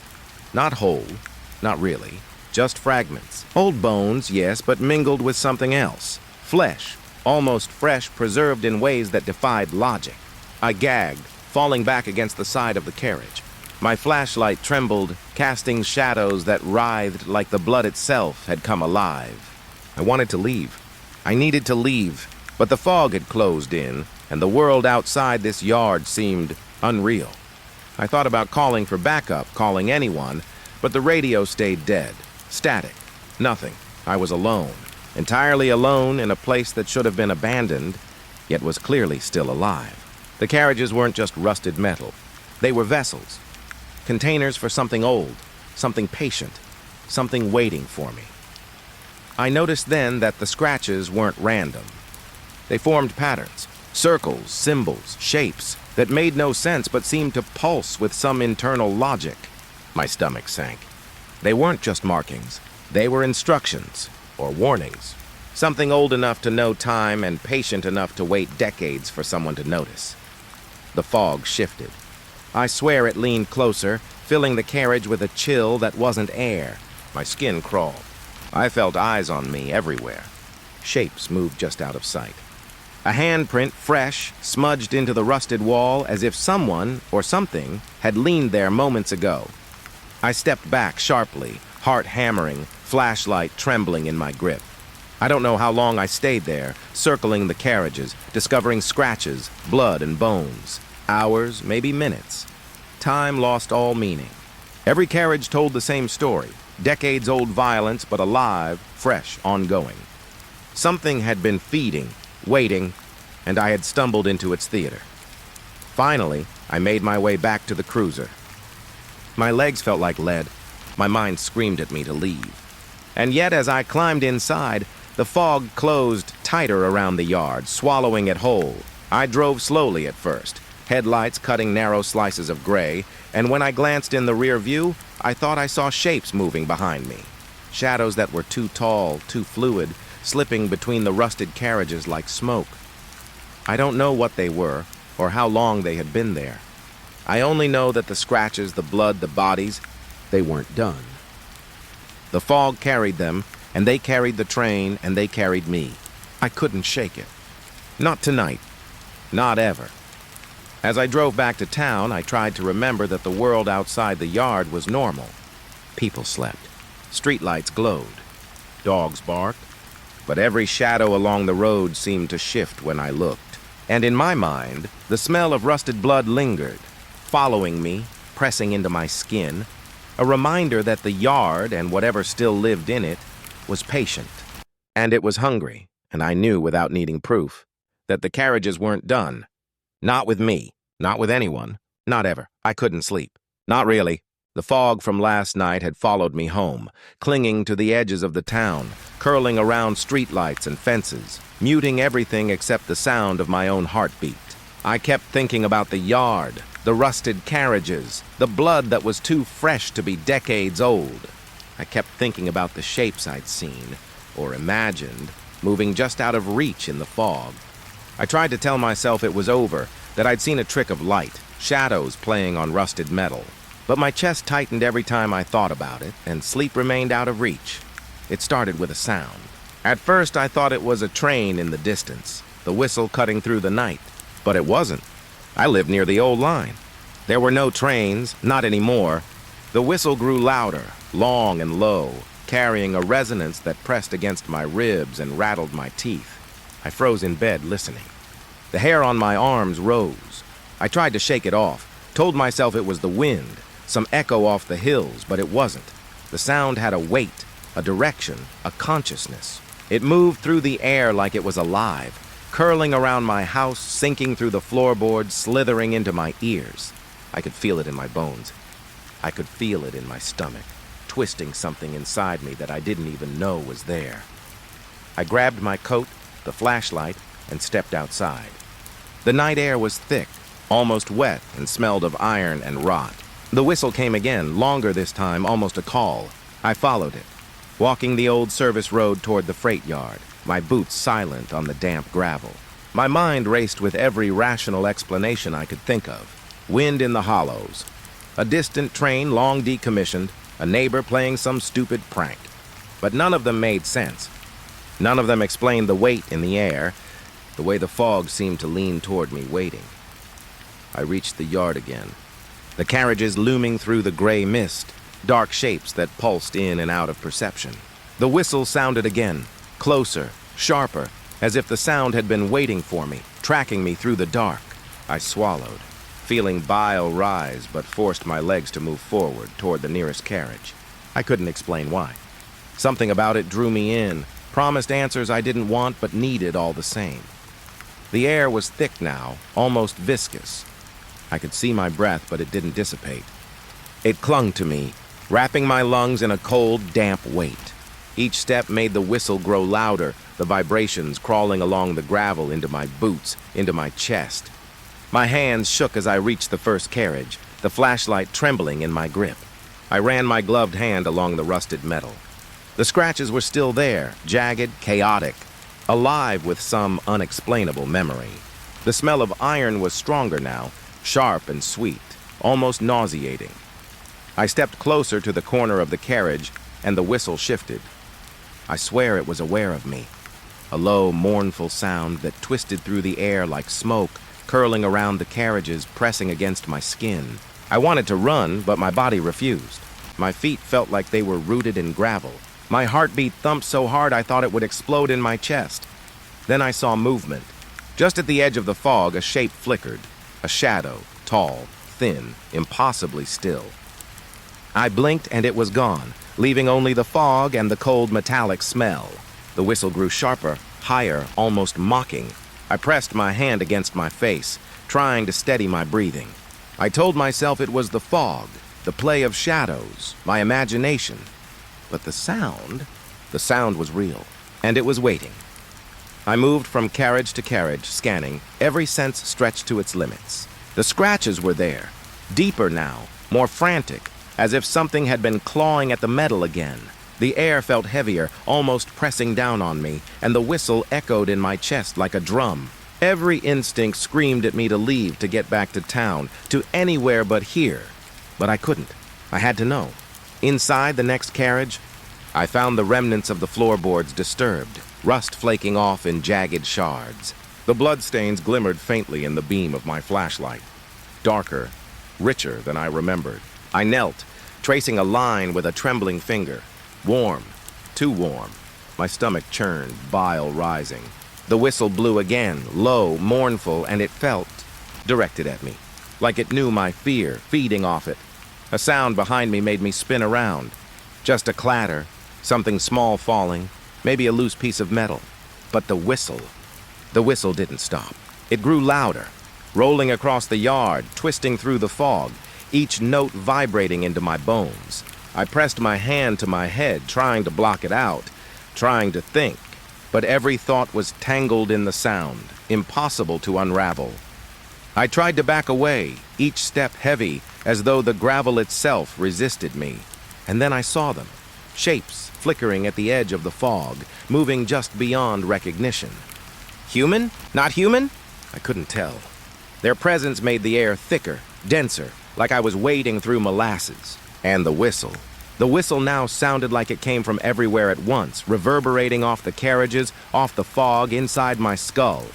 I stumbled back to the open yard, trying to escape, but the whistle followed. My flashlight caught brief glimpses of movement, shadows stretching and twisting, forming impossible angles, retreating when I tried to focus. I felt eyes on me, dozens of them, maybe hundreds, pressing through the fog. Something ancient, patient, and angry. I wanted to call for backup. I wanted to run, to leave this place and never look back. But the whistle, it didn't allow me to move freely. Each note was a tether, wrapping around me, tying me to the yard, to the carriages, to whatever had been here waiting all these years. I wanted to scream, but my voice caught in my throat. I wanted to run, but my legs wouldn't carry me. The fog shifted, pooling around my feet, rising like it had weight, like it could reach into me. I stumbled into the nearest carriage, flashlight shaking, and pressed myself against the wall. The whistle was deafening now, vibrating through the metal, through the floor, through my bones. My ears ached. My teeth ached. I felt my mind stretch and tear under the pressure. I saw shapes move in the darkness, closer now, and I realized something terrible. The yard wasn't abandoned. Not truly. Something had been here all along, feeding on the place, feeding on the fear, feeding on the fog. And now it had me. The whistle had found me, it knew me, and it would not let me go. I stumbled forward, breath coming in sharp, painful gasps, and ran my hand along the walls of the carriage. Rust flakes, scratches, streaks of blood. The whistle blew again, long and low, almost a sob. And I knew in some deep, ancient part of my mind that it was mourning, or calling, or warning, or maybe all three. I didn't care anymore. I just wanted to leave. I stepped back out into the yard, flashlight swinging wildly, heart hammering. Shapes danced at the edge of the fog, taunting, always just out of reach. The whistle now sounded like it was inside my skull, vibrating my thoughts, pulling at my memories, dredging up things I hadn't thought about in years, things I'd buried deep. And every note, every shriek of sound felt personal, like it knew what I'd done, what I feared, what I couldn't face. I ran then, stumbling, tripping over gravel and debris, but the whistle followed, unrelenting. It wrapped around me, around my chest, around my mind. I couldn't escape it. And even when I reached the edge of the yard, where the fog thinned and the world felt solid again, the sound lingered, whispering, calling, waiting. Back in my cruiser, I sat, shaking, chest heaving, hands gripping the wheel. The whistle had stopped, or maybe I had simply escaped its range. But I knew it wasn't gone. It never would be. It was patient. It was old. It was waiting. And when it returned, I would hear it again, wherever I was, in the dark, in the fog, in the spaces between heartbeats and thought. I turned the engine over, headlights piercing the night, and drove back toward town. But I couldn't shake the feeling that I was being followed. Not by a train, not by a shadow, but by the sound itself, by the whistle in the dark. And I knew deep down that it would come again, that it had never left. That it was part of me now, echoing in my mind, in my blood, in my bones. The whistle waited, and I was listening. I thought I understood fear. I thought I knew what it felt like to stare at something impossible and not blink.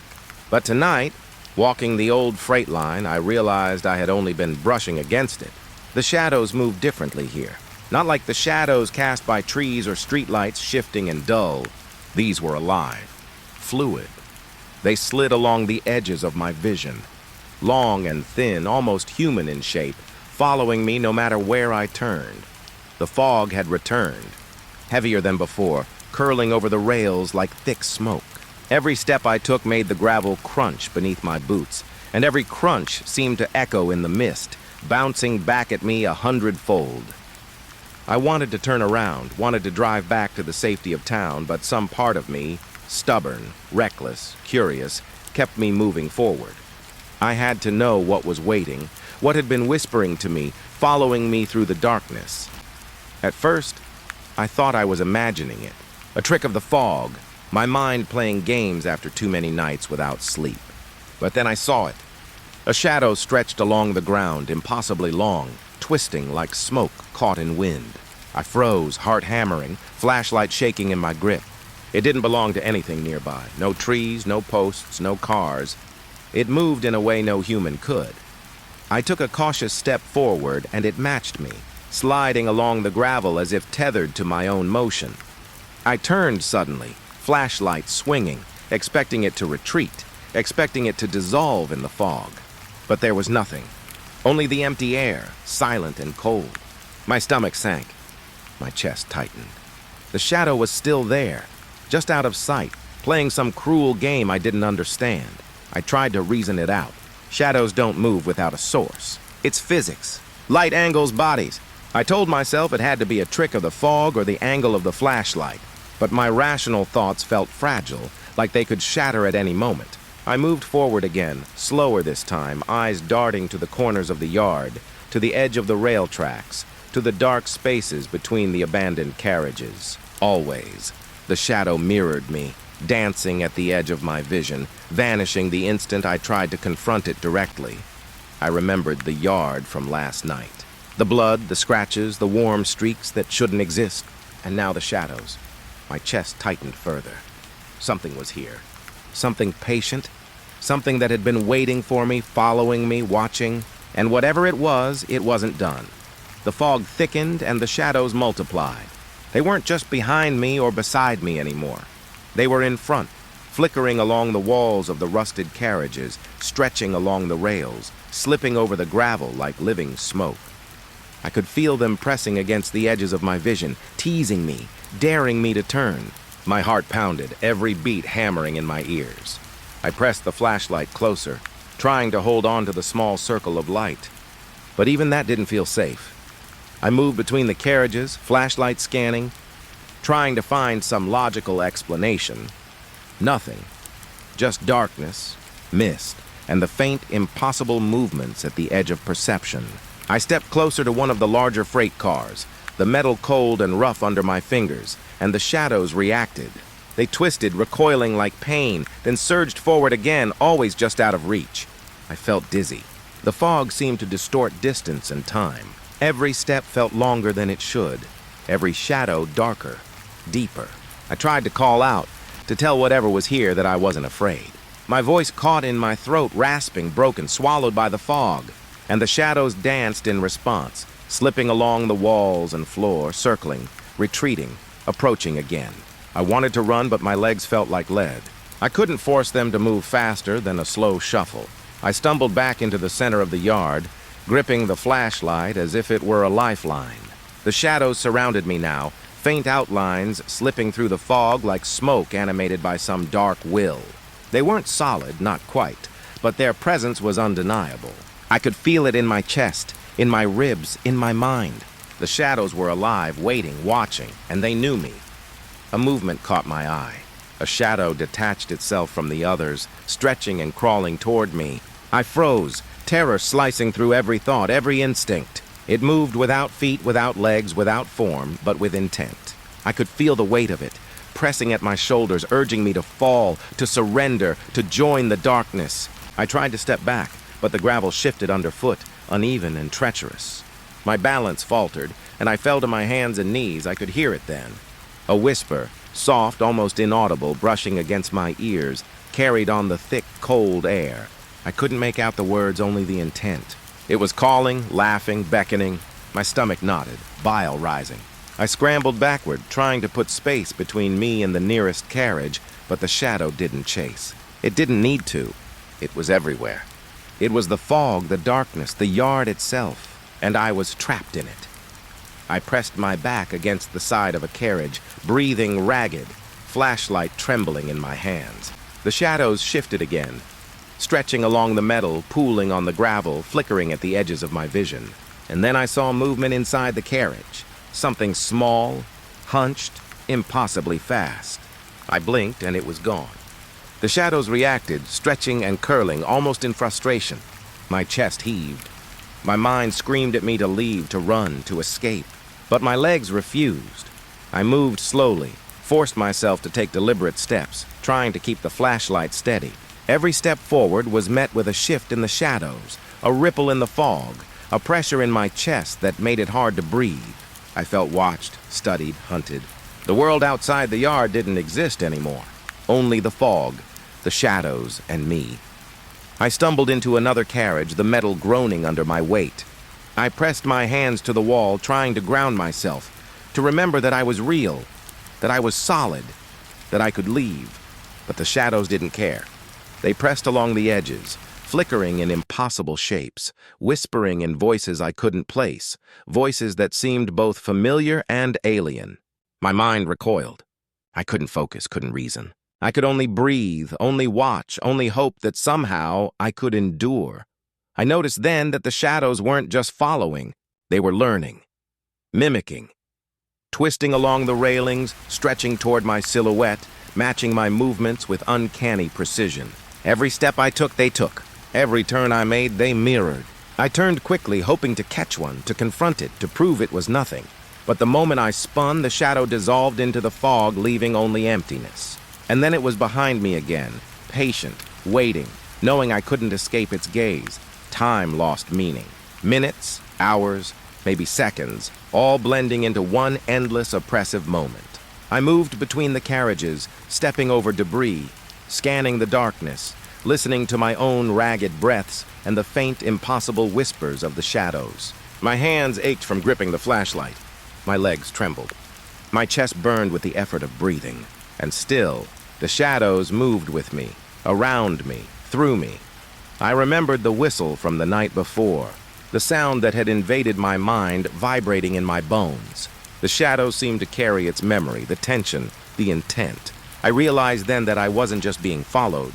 I was being taught, shaped, groomed, pulled into the rhythm of the fog, the yard, the train that had vanished years ago but left its echoes behind. I was a student in some terrible, silent lesson, and I was failing. I stumbled back to the center of the yard, the flashlight slipping in my sweat-slick hands. Shadows pooled along the gravel, creeping up the sides of the carriages, flickering in and out of perception. I wanted to scream, to cry, to beg whatever was here to let me go, but my voice caught in my throat. All I could do was stare, helpless as the darkness pulsed and shifted, a living thing. And then I saw it. Not a shadow this time, but a glimpse of something solid, impossible. A figure at the edge of the fog, tall, thin, black as night, moving with a grace that defied the world I knew. I blinked, and it was gone, leaving only the shadows, only the fog, only the oppressive silence that pressed against me from all sides. My chest heaved. My mind screamed for escape. My legs refused to move faster than slow shuffles, every step measured, every breath a labor. Finally, I turned toward the road, toward the distant lights of town, and began the slow trek back. The shadows followed, always just at the edge of my vision, melting into the fog when confronted, stretching along the rails, pooling in the gravel. I didn't look back. I couldn't, but I knew. I knew they would follow. I knew they would wait. I knew they would be there when I returned, when I fell asleep, when I closed my eyes. By the time I reached the edge of the yard, dawn was breaking, pale and weak, struggling through the fog. The shadows receded slightly, retreating into the mist, but they didn't disappear. They were patient. They were eternal. They were waiting for me to return, to stumble, to falter, and I knew deep down that no matter how far I ran, no matter how bright the sun, the shadows in motion would never leave me. The yard was quiet now, deceptively still. The fog lifted just enough to reveal the rusted rails, the carriages, the scars of decades-old violence. But I could feel the shadows lurking in the corners of my mind, clinging to the edges of my vision, watching, learning, waiting. And I understood, finally, that this wasn't just a place. It wasn't just a yard. It was a trap, a memory, a lesson. And I was part of it now. I walked back to town, every step heavy, every breath labored, and I knew that I would return. Not out of courage, not out of curiosity, but because the shadows demanded it, because the fog demanded it, because whatever had begun this long ago wasn't done, and neither was I don't remember when I started following it. The train, the shadowed whisper on steel wheels that had haunted me for nights, now days, threading itself into my thoughts until I could no longer tell where I ended and it began. I tried to sleep, tried to eat, tried to tell myself it was all in my head, but the memory of the whistle, the blood, the shadows, they didn't stay in the yard anymore. They were inside me, beneath my skin, whispering, pressing, guiding. I found myself walking toward the tracks again, boots crunching gravel like I had no choice in the matter. The fog had returned, rolling in from the hills, thick and suffocating, carrying the metallic scent of iron and rust. Every step made my chest ache. I wanted to turn around, wanted to run, but my legs moved of their own accord. Something older than fear, older than reason, propelled me forward. The rails stretched ahead, dark and slick in the low light. The carriages were waiting. They had been waiting. Rusted, scarred, silent, except for the whispering wind, which now sounded like distant voices, murmurs, half-formed words, warnings I couldn't comprehend. My flashlight barely cut through the fog, just enough to see the shape of the first carriage, leaning like it had been there 100 years waiting for me. And then I heard it. The train. Not the whistle this time. The low, humming presence of it, deep in the fog, vibrating through the ground and my bones. I knew it was coming for me. Or perhaps that I had been coming for it. I didn't distinguish between the two anymore. The tracks ahead seemed to pulse under my boots, alive, guiding me, drawing me towards something inevitable. I stepped closer. The first carriage was worse up close than I remembered. The scratches, the streaks of blood, older and newer, mingled in impossible patterns, whispered stories I couldn't read. And the shadows, they shifted as I moved, curling along the sides of the carriages, stretching toward me but never touching. They mimicked me, studied me, teaching me the rhythm of the fog, of the yard, of the train itself. The whistle sounded again. Long, mournful, and impossibly close, though I saw no engine, no headlight, no iron beast, just the carriages, endless, waiting, floating on some invisible force, gliding along the invisible tracks of my own dread. I swallowed, hand trembling, mouth dry, lungs tight. I wanted to look away. I wanted to run. I wanted to call for anyone at all, to pull me back from this nightmare. But I didn't. Something in me wanted this. Something had wanted it the moment I stepped into the fog that first night. Something older than me had been pulling, shaping, whispering from the shadows, the blood, the train, the yard. And now it was time. I walked between the carriages, flashlight swinging, every step deliberate. The air was thick, almost solid, pressing against my face, pushing into my lungs. I could feel the whispers brushing my ears, tracing my hair, speaking words I almost understood, half remembered from dreams I had never had. My hands shook as I touched the cold metal, the rust rough against my palms, the scratches deep enough to cut if I pressed hard. The blood glimmered faintly, older than time, fresher than now, and I felt it calling me forward. I remembered the shadows in motion, following me, learning me, mimicking me. They were here too, watching from the edges, writhing along the fog, pressing close enough that I felt their chill on my skin. And the train, impossibly long, impossibly heavy, waited ahead, not on rails, but on some invisible plane, a phantom of steel and memory. I stepped onto the tracks. The fog wrapped around me, dense and suffocating.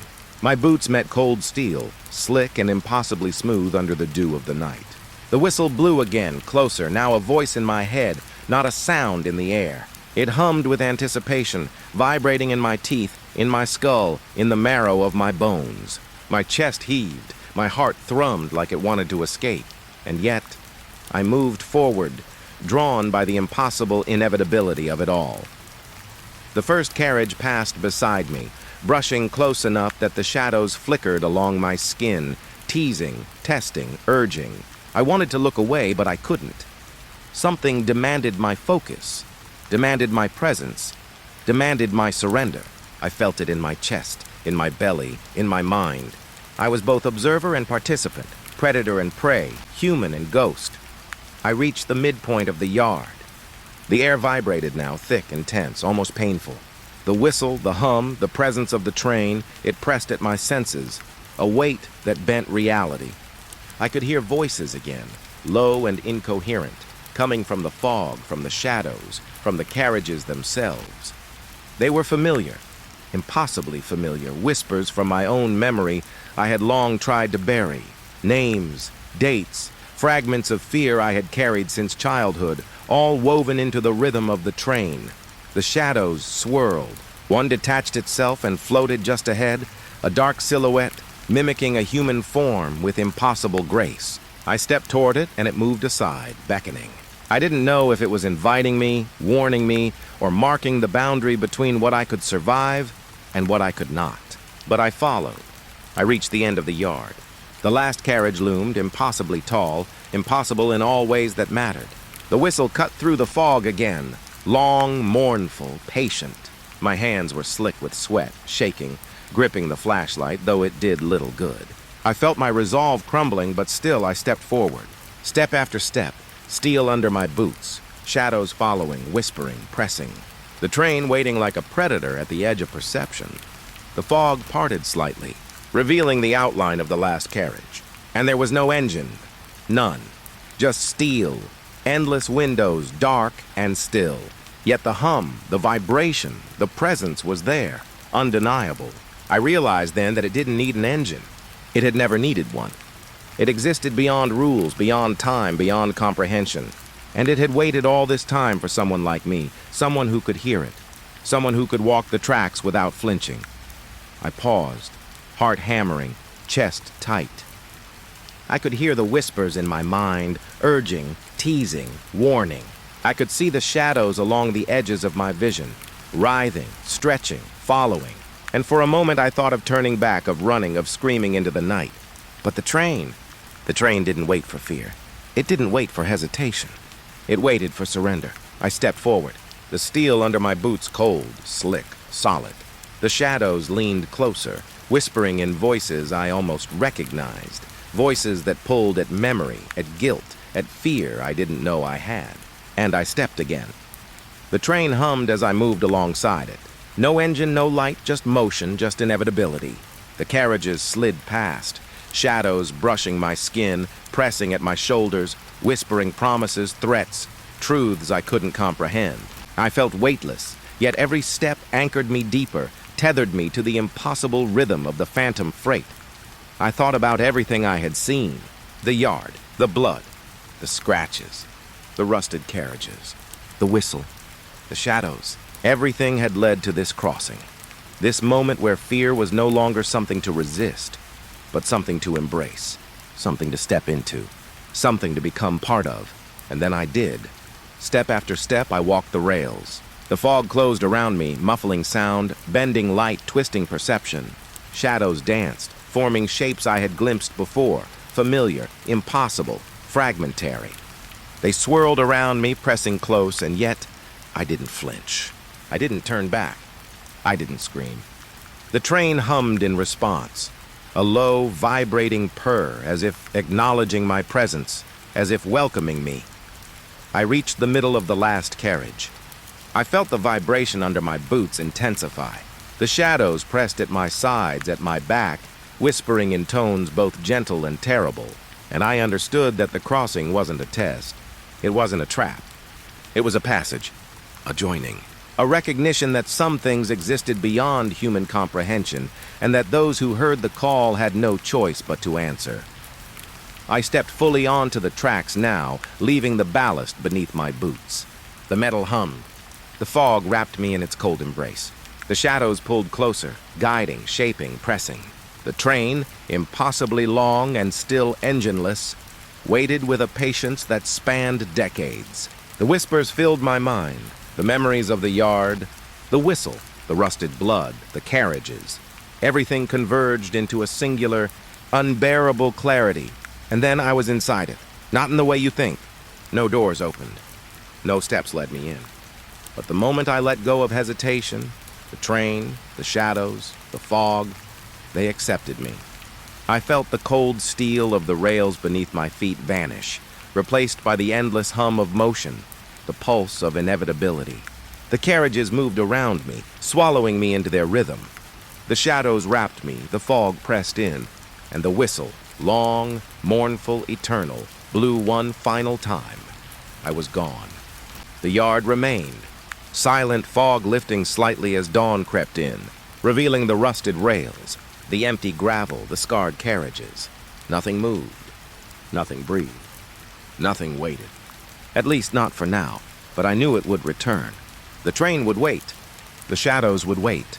The fog would return, thick and suffocating, humming with possibility, calling to the next one who could hear, the next one who could see, the next one who could follow the tracks into the impossible. And I would not return. Not as myself. Not ever. I never thought a key could feel heavy. Not the kind that jingles in a pocket. Not the kind you hand over to a neighbor, or even the ones on a key ring at the hardware store. The ones I inherited last week were different. Cold, dull metal, small enough to fit in my palm, but somehow weighted with something far heavier. History, maybe, or regret. I found them in a plain brown envelope, tucked in the bottom drawer of my late uncle's desk. There was no note. Just the keys, some tarnished, some blackened like they'd been burned and left too long in a drawer, like they had secrets they didn't want to give up. My uncle had been the county sheriff, long retired, a man people remembered with respect and a little fear. I was never close to him. He was always stern, and I, a kid, had never known what to say around someone who wore authority like skin. But I kept thinking about him as I held those keys. Did he leave them to me because he trusted me? Or because he knew I would be the one stupid enough to try the jail? The county jail had been abandoned for decades. I'd driven past it 1,000 times, its walls gray and pitted, windows sealed with rusted iron bars. In the afternoons, the sun would strike the bricks in a way that made it look like the building was bleeding. Everyone in town had stories about it, not just the regular ghost tales either. People talked about screams, some faint, some sharp enough to stop a heart, and about prisoners who disappeared without a record. I'd always laughed off the stories, or tried to, until the keys ended up in my hands. I drove there first thing Saturday morning. The wind was sharp, the kind that gnaws at your cheeks, and the sky was low, heavy with clouds that made everything seem darker than it was. The road to the jail was graveled, winding past farms and fields left fallow. Every mile I drove, I felt that weight in my pocket pressing against me. I wanted to put the keys in the glove box, but I didn't. I wanted to feel them. When I reached the jail, I parked a few hundred feet from the iron gates, which were chained and padlocked, rust eating through the links. I pulled the keys from my pocket, examining them. One of them was larger than the others, ornate in a way that didn't make sense for a county jail. It had grooves, curls, almost like a skeleton key you'd see in a movie. The others were simpler, but all old enough that you could see the work of human hands, hammered, filed, shaped. I tried the large key first. The lock protested with a shriek of metal, but it turned. I swear the air inside the gate shifted when the key clicked. A draft came out, smelling of mildew, rust, and something else. Something older, like the dry taste of ash on your tongue.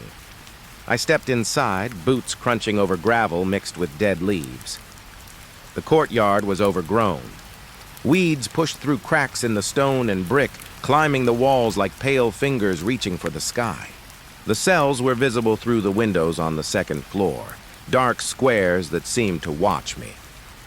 I had no flashlight yet. I didn't need one. Something in the way the shadows moved made me look twice. I kept telling myself it was just the wind, the angle of the sun, anything to dismiss the tiny stab of fear threading through me. The main doors of the jail building were massive, oak, with iron bands, and so heavy they groaned when I pushed them. Inside it smelled worse. Decay, dust, something tangy under it like copper or blood. I shivered. My uncle had warned me once, long ago, never to enter a jail alone at night. I was here in daylight, but already the walls pressed against me thick and low like they were alive. I ran my fingers over the desk in the small office near the front. Papers rotted, ink faded, but some forms were still there. Booking records, incident reports, handwritten notes from decades back. I picked one up. The date was 1953. A man named Thomas Haynes arrested for vagrancy. The note on the back said transferred, not to be seen again. I felt my stomach twist. I had read that line a dozen times in stories, in old police logs that barely made sense. But here in my hand, it was real. The echo of my boots made me uneasy. Every step sounded louder than it should, like someone was walking just behind me. I kept looking over my shoulder. The jail was empty, or so I thought. I made my way to the stairwell leading to the cells. Each step creaked. I kept my hand on the railing, fingers brushing the rust, but it felt slick under my touch, almost wet. At the top, the corridor stretched out, cells lining both sides. Bars were thick, some bent, some missing entirely. Shadows pooled in corners. And then I saw one, a cell at the far end, its door closed tight. That wasn't unusual. Most doors were ajar, but this one seemed solid, older. The key I held felt hotter suddenly, like it was warning me, pulsing through my palm. I approached. My reflection in the bars looked wrong, my eyes darker, my skin paler. I could feel a pulse inside the key itself. I slid it into the lock. The metal groaned like a dying animal, and then it turned. Inside, the air was thick, impossible to breathe. I swallowed and tasted metal. There was a cot, a bucket, the usual bare essentials of a cell. But there was something else. On the wall, scratched deep into the plaster, were words, "Do not leave." Not yet, I froze. My hands went cold, numb. The writing was old, jagged, frantic, but fresh in a way that made my skin crawl. I wanted to step back, to run, but my legs refused. I leaned closer. The scratches looked like they had been made over years. Some letters overlapped, forming new words, new warnings. I remembered my uncle telling me stories about prisoners who never left. People who came to the jail and vanished without records. I had thought they were exaggerated. Maybe they were, or maybe... The floor creaked behind me. I spun, heart hammering, nothing, just shadows. But shadows have a way of moving when you aren't looking. I felt watched. I always felt watched. I could hear whispers too, soft, almost like wind through the bars, but words were tangled in them. "Why are you here?" I stepped out of the cell, needing air, needing sanity. But the corridor felt different, longer, narrower. The walls leaned in slightly, like the building was breathing around me. My flashlight, which I had finally pulled from my pack, flickered. Not a bulb issue, something else. The shadows stretched and leaned, growing, twisting. I thought about leaving, about putting the keys back in the envelope, about pretending this never happened.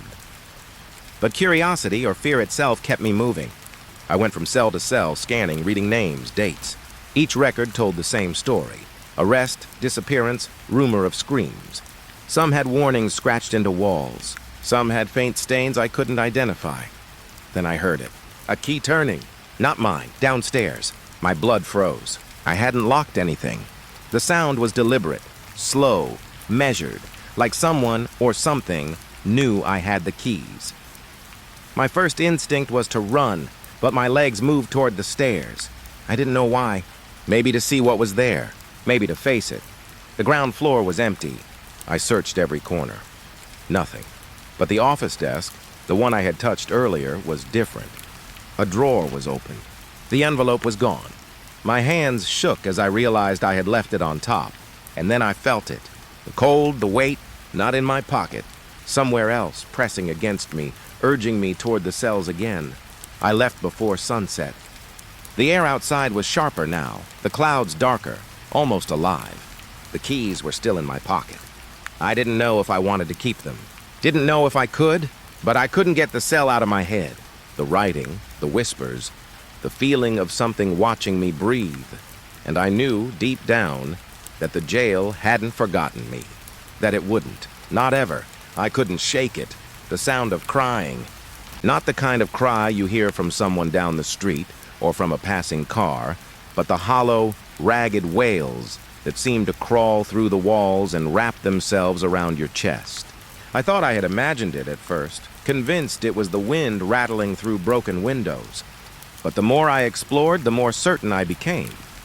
The jail itself was crying, or maybe it was something inside it. Something that never left.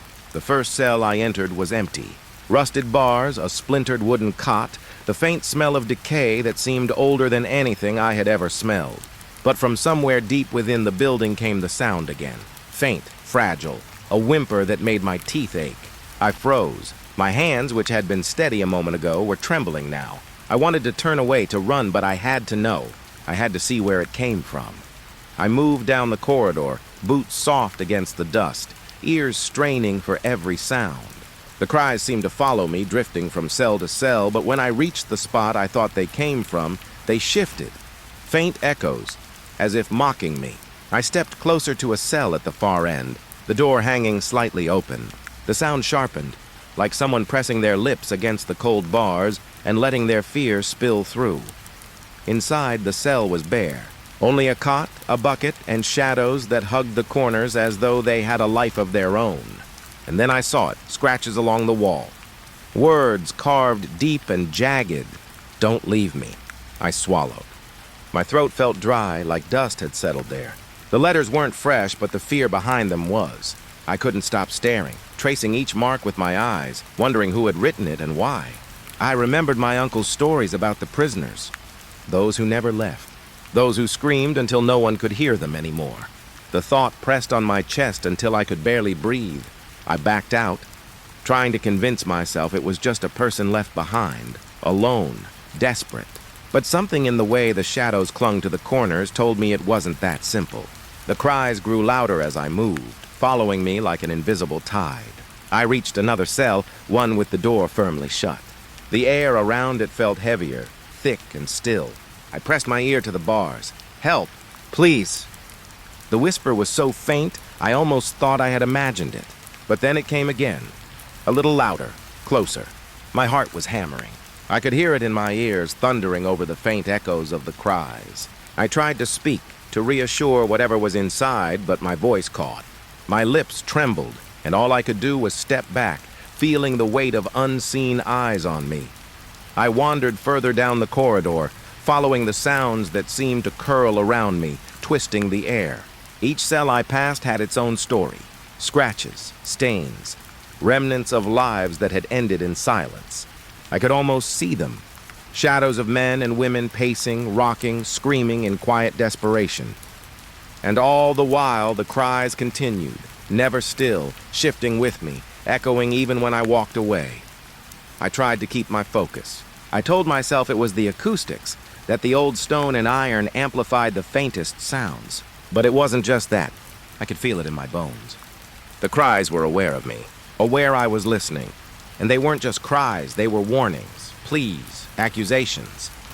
I stopped at a cell with the door wide open. The air inside smelled stronger here, coppery, almost sweet. The floor was stained, the cot splintered and worn, and etched deep into the wall, almost as if clawed with fingers, were words I couldn't read at first. Then, as my eyes adjusted, I made them out. "You will stay. You belong." A shiver ran through me.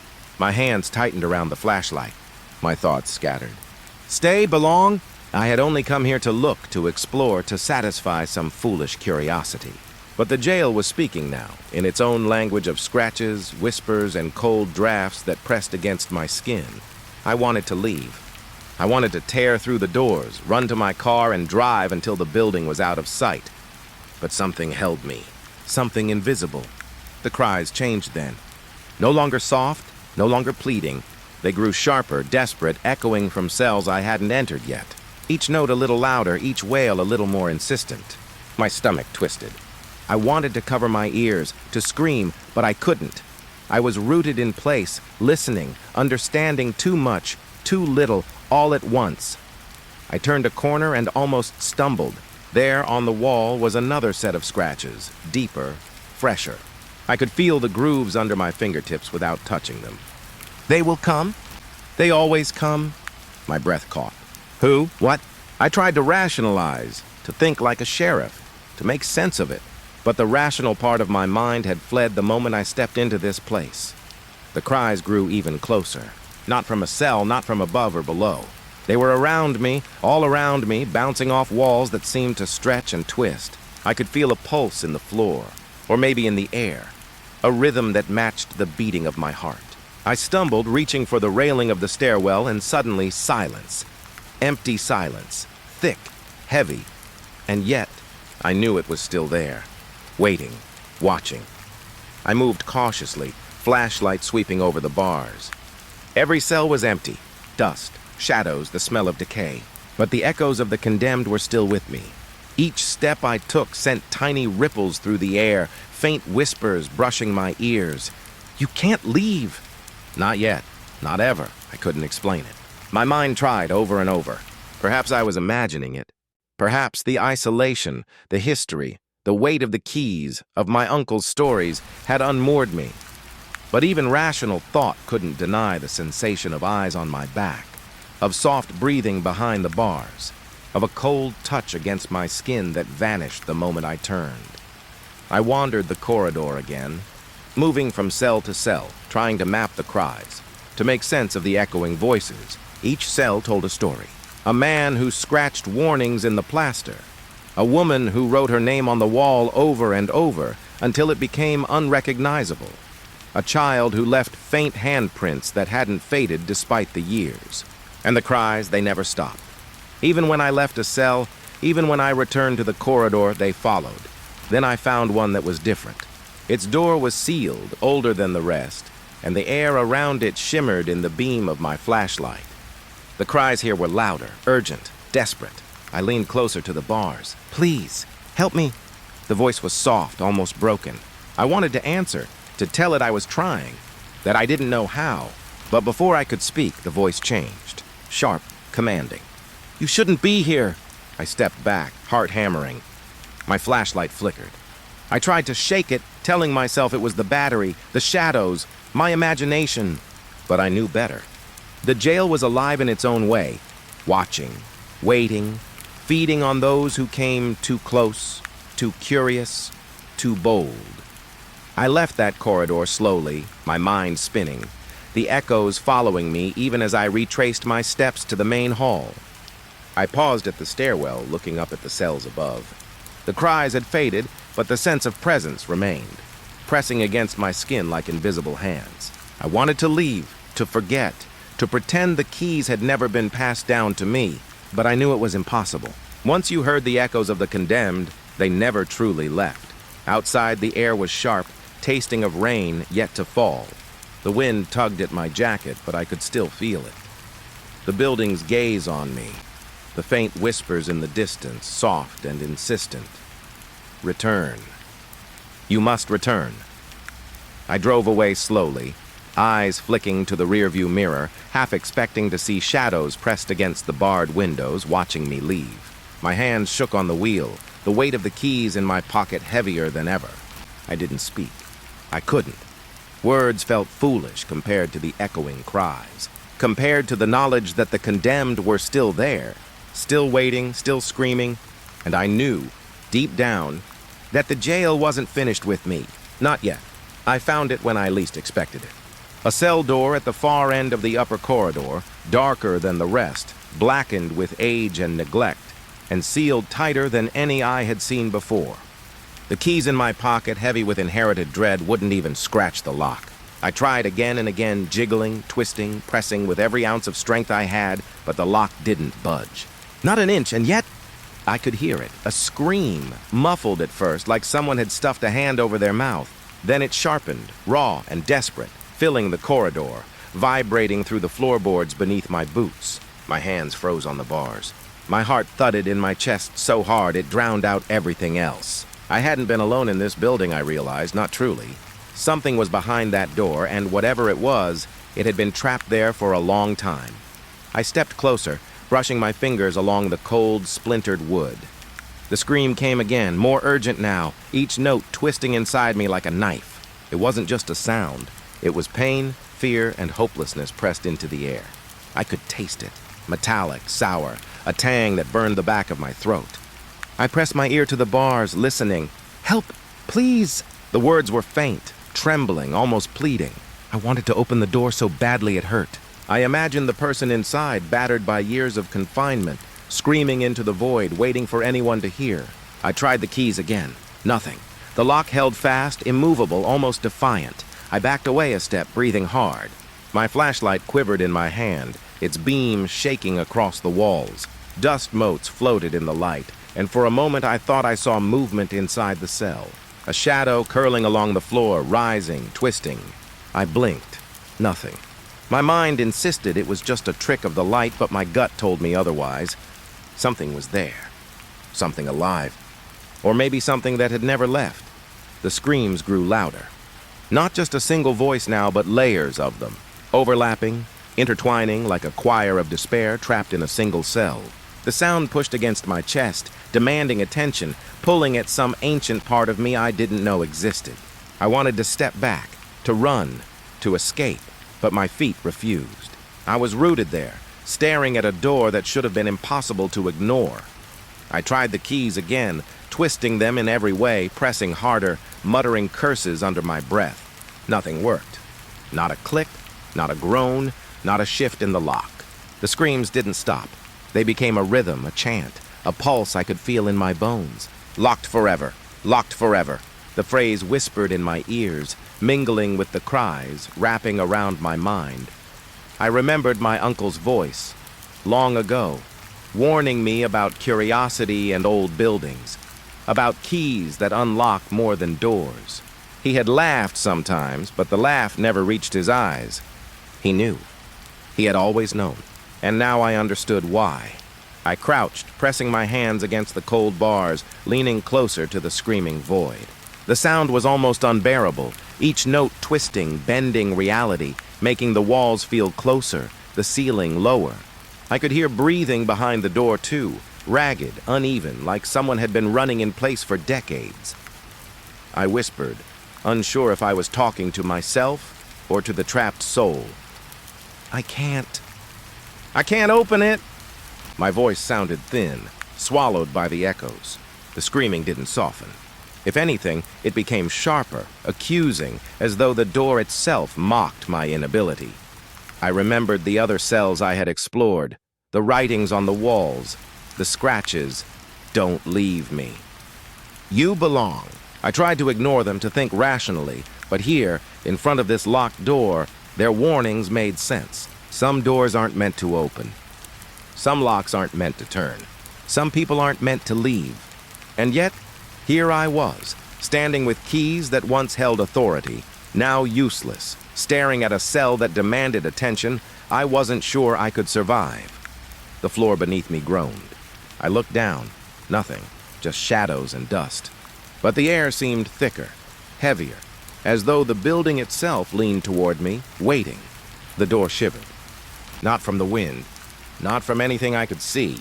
It quivered as if something inside it moved, pressing against the walls, trying, failing, trapped forever. I stepped back. My mind raced. Why was this door different? Why hadn't any of the other keys worked? The answer was obvious, and yet too terrible to admit. This cell was meant to stay locked. Maybe it had always been locked. Maybe whatever screamed inside had always been here, before the jail, before the walls, before the names etched in dust and blood. I could feel the air vibrating now, pulsing with the cries pushing against me. My flashlight flickered, dying. I shook it. The beam returned briefly, illuminating the bars, the worn floor, the edges of the door. And then I saw it. A smear, a shape that hadn't been there before, dark against the wall. It wasn't solid. It moved, stretching upward, curling into itself, reaching for me with impossible angles. I stumbled back, heart hammering, mind screaming. The air smelled worse now. Iron, rot, and something else I couldn't name. Something older than the building, older than the screams. My keys felt heavier than ever in my pocket, as if they too were aware of what the door contained, weighing down, warning me, begging me to leave. But I couldn't. I couldn't walk away. I wanted to, but I couldn't. I was drawn in, pulled by the cries, by the impossible gravity of the locked door. It called to me, whispered my name in tones I couldn't hear and yet knew intimately. Come closer. See me. Stay. I tried again with the keys. Nothing. Frustration, fear, and something darker pooled in my chest. I wanted to smash the lock, the door, anything to release whatever was inside. But the thought of what might happen if I did froze me. There are doors you don't open, no matter what. There are screams you don't answer. I knew this, yet I lingered, paralyzed, listening. The screams shifted louder now, almost coherent. Words formed, thin and sharp. I was here first. You cannot take me. My knees buckled. The words were wrong, impossible, and yet they carried truth I couldn't deny. This cell had a life of its own, a presence, a consciousness that pulsed with the cries of those who had come before, those who had vanished, those who had stayed too long. I sank to the floor, back against the wall, hands pressed to my ears, but it did nothing. The sound wrapped around me, filled the room, filled me. I could feel the floorboards vibrating, the walls breathing, the darkness pressing closer. I couldn't run. I couldn't think. I could only listen.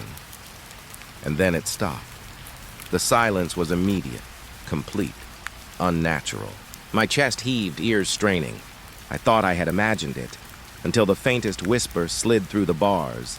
Forever. I scrambled backward, scrambling for the stairwell, for the exit, for the chance to breathe air that didn't throb with screams. My flashlight flickered one last time, and in that brief moment of light, I saw the door. It had changed. Not the same blackened wood, not the same locked bars. It was darker, deeper, impossibly ancient, as if the years had condensed into that one point, a void, a trap. I ran then, down the corridor, down the stairs, not stopping until the courtyard was in sight. The wind hit me, cold and sharp, and for a moment I thought I was free, but the keys in my pocket felt heavier than ever, as if weighed down by the presence I had just left behind. And the screams. They followed me, faintly, from somewhere deep inside the jail, echoing even as I drove away, whispering a promise I couldn't deny. Some doors are locked forever. Some screams never end, and some of us, once drawn in, never truly leave. I thought I could leave. I thought that once I stepped out of that building, breathed fresh air and felt the wind against my face, the jail would let me go. I was wrong. The moment my boots hit the gravel of the courtyard, I realized something had changed. The light was off. Not because the sun had moved, not because the clouds had shifted. Everything looked sharper, darker, heavier. The shadows were longer, stretching, reaching, curling at the edges of my vision. I tried to ignore it. I forced myself to keep walking, to get to my car. My hands were shaking, keys heavy in my pocket, a constant reminder of the lock I could never open, the screams I could never silence.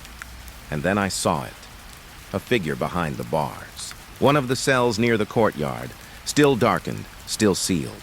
I froze, heart hammering. The figure stood perfectly still at first, indistinct, like a shadow folded in on itself. And then it moved. Slowly. Deliberately. And my stomach dropped because the movement mirrored mine. I lifted my foot. The figure lifted its foot. My hands shook. It lifted its hands. It mirrored me exactly. Every motion, every tilt of my head, every breath I drew seemed copied by that darkness behind the bars.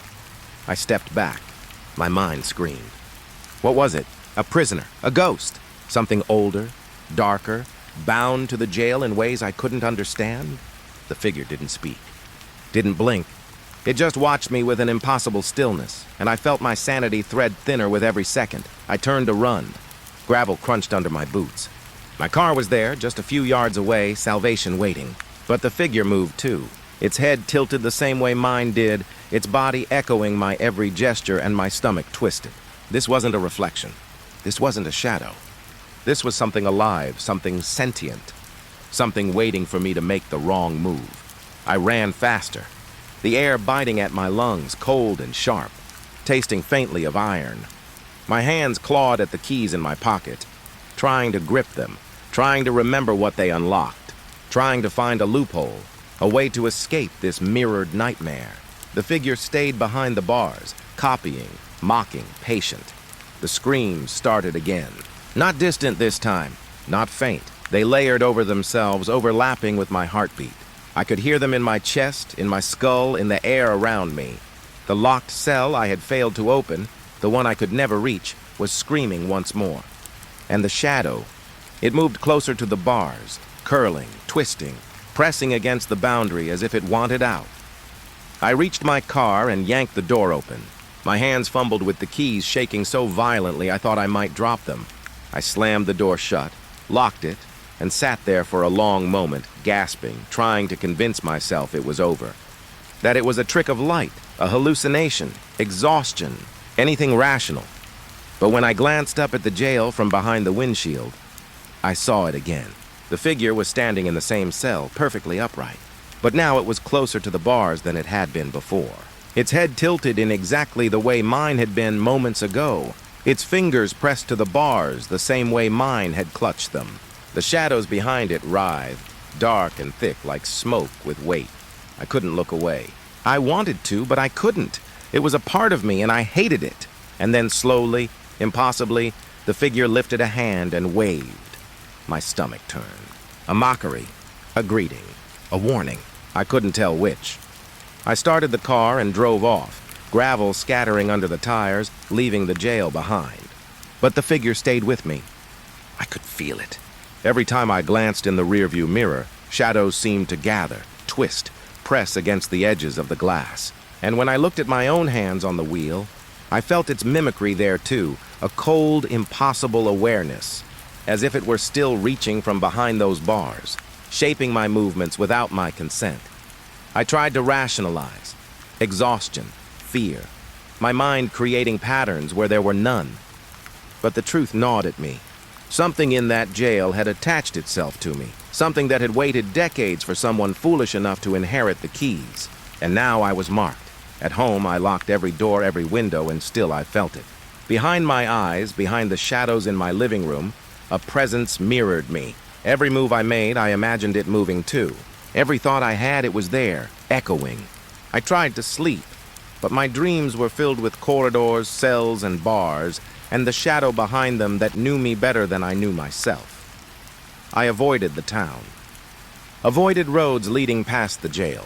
But even on the highway, under streetlights, I thought I saw a figure in the distance, standing perfectly still, watching, waiting. And every time I turned my gaze, every time I blinked, I felt the pull of the jail again, the call of the locked doors, the whispers of the condemned. The keys sit in a drawer now. I don't touch them. I can't. The weight of them is unbearable, heavier than it was when I first inherited them. They are a reminder, a tether, a warning. And sometimes late at night, when the house is still, I swear I hear the faintest echo of that scream, faint but unmistakable, threading through the walls. I know I can't go back. I know the jail will always be there, rusting, decaying, waiting for the next fool. But I also know it hasn't let me go. That figure behind the bars, the shadow that mirrors every motion, is mine now. Part of me. A reflection I can't shake. A presence that waits just beyond perception. Behind every glass, in every shadow, in the quiet moments when I think I am alone.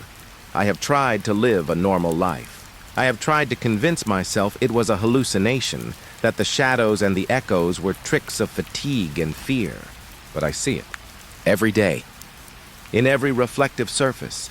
In every long corridor. In every quiet moment when I think no one is watching. It moves when I move. Breathes when I breathe. Waits. Always waits. Sometimes, when I catch it perfectly still, it leans its head, tilts its hand, and smiles. Not a human smile, not one I have ever known. A smile that knows secrets I can never tell. A smile that belongs to a place I can never return to. A smile that whispers, "You are mine now." I have learned not to run anymore, not physically anyway. I run in my mind, replaying the moments in that jail, the locked cell, the figure that copied me. I imagine myself moving, escaping, opening doors I should never touch, reaching for keys that are not mine. But every attempt ends the same. The shadows follow, the figure mirrors, the scream returns, and I know it will never stop. The jail is empty. The cells are decayed. The world outside moves on. But inside, the shadows wait. And behind one of those bars, something watches me. Always. And I cannot escape it.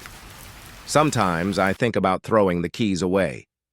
Burning them, burying them, sinking them in the river behind the old farms. But I don't. Because I know deep down it won't matter. The figure behind the bars doesn't need the keys. The figure waits for me anyway. And I will never be free. I live in the shadow of that jail now, in the reflection of that figure that mirrors me, in the echo of screams I can never silence. And every time I move, every time I breathe, every time I think I am alone, it is there, watching, mirroring, waiting, forever. They called me out in the middle of the night. The kind of night that presses down on your chest, makes your lungs heavy with the smell of wet earth and storm.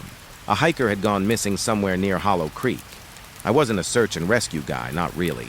I was a sheriff, but more often I dealt with lost dogs, drunk kids, the sort of small-town trouble that didn't require me getting my boots soaked. Tonight, though, tonight felt different. The kind of different that makes you wish you'd stayed in bed. Rain was hammering the windshield when I drove down the old logging road.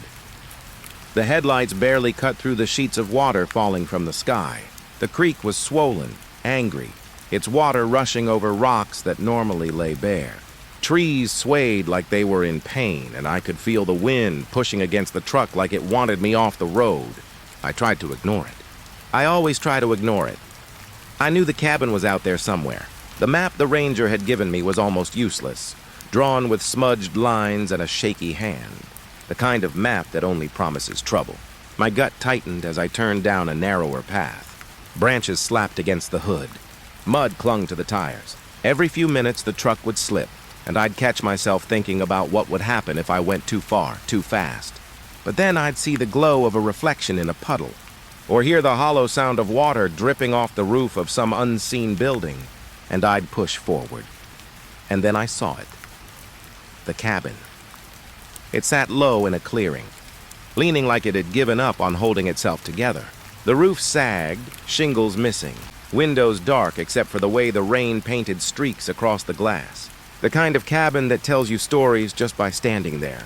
I parked the truck under a tree that bent dangerously under the weight of the storm and stepped out. Water soaked through my boots instantly. I could smell it before I even reached the door. Damp wood, mold, something older beneath it, something that made the back of my throat tighten. I knocked once, twice. The sound swallowed by the storm. No answer. I tried the door. Locked. I circled the cabin, looking for another way in. That's when I saw the side window, cracked open just enough for a person or a something to have passed through. The glass had jagged edges. I didn't like it. I didn't like anything about this place. But I was here, and the missing hiker was still out there. I climbed through the window, careful not to slice my hands. Inside, it smelled worse. Worse than I imagined. Damp, decayed, a hint of smoke that hadn't touched the air in decades. The walls were lined with peeling wallpaper. Floral patterns faded into gray streaks. Furniture was overturned. A chair hung from a wall like it had been thrown. I didn't want to touch anything. I didn't want to look too long, but I had to.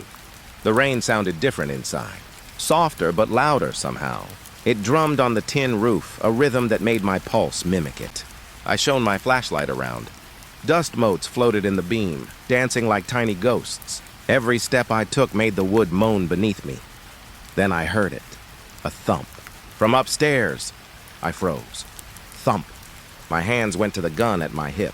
I hated doing that in places like this. Guns are comfort, but they don't do much against whatever lives in a shadow. Still, I crept toward the staircase. Each step was careful, deliberate, the kind of careful that makes every nerve scream. Halfway up, I stopped. I could hear breathing, not my own, slow, uneven, wet, like someone had run through the rain and hadn't stopped. I swallowed hard. The smell hit me again. Something warm and wet, under the old wood and mildew. Something human, but not quite right. I called out, my voice shaking more than I expected. Hello, anyone up here? Silence. I forced myself to continue. Step by step, each creak of the stairs echoing in the empty space. At the top, the hallway stretched into darkness. Doors on either side, all closed. I moved toward the first. The handle was cold, wet from rain seeping through the cracks in the roof. I opened it. Nothing. Empty. Just a room, peeling paint, the faint outline of furniture beneath a layer of dust. I turned to the next door. That's when I saw it. A shadow. Not mine.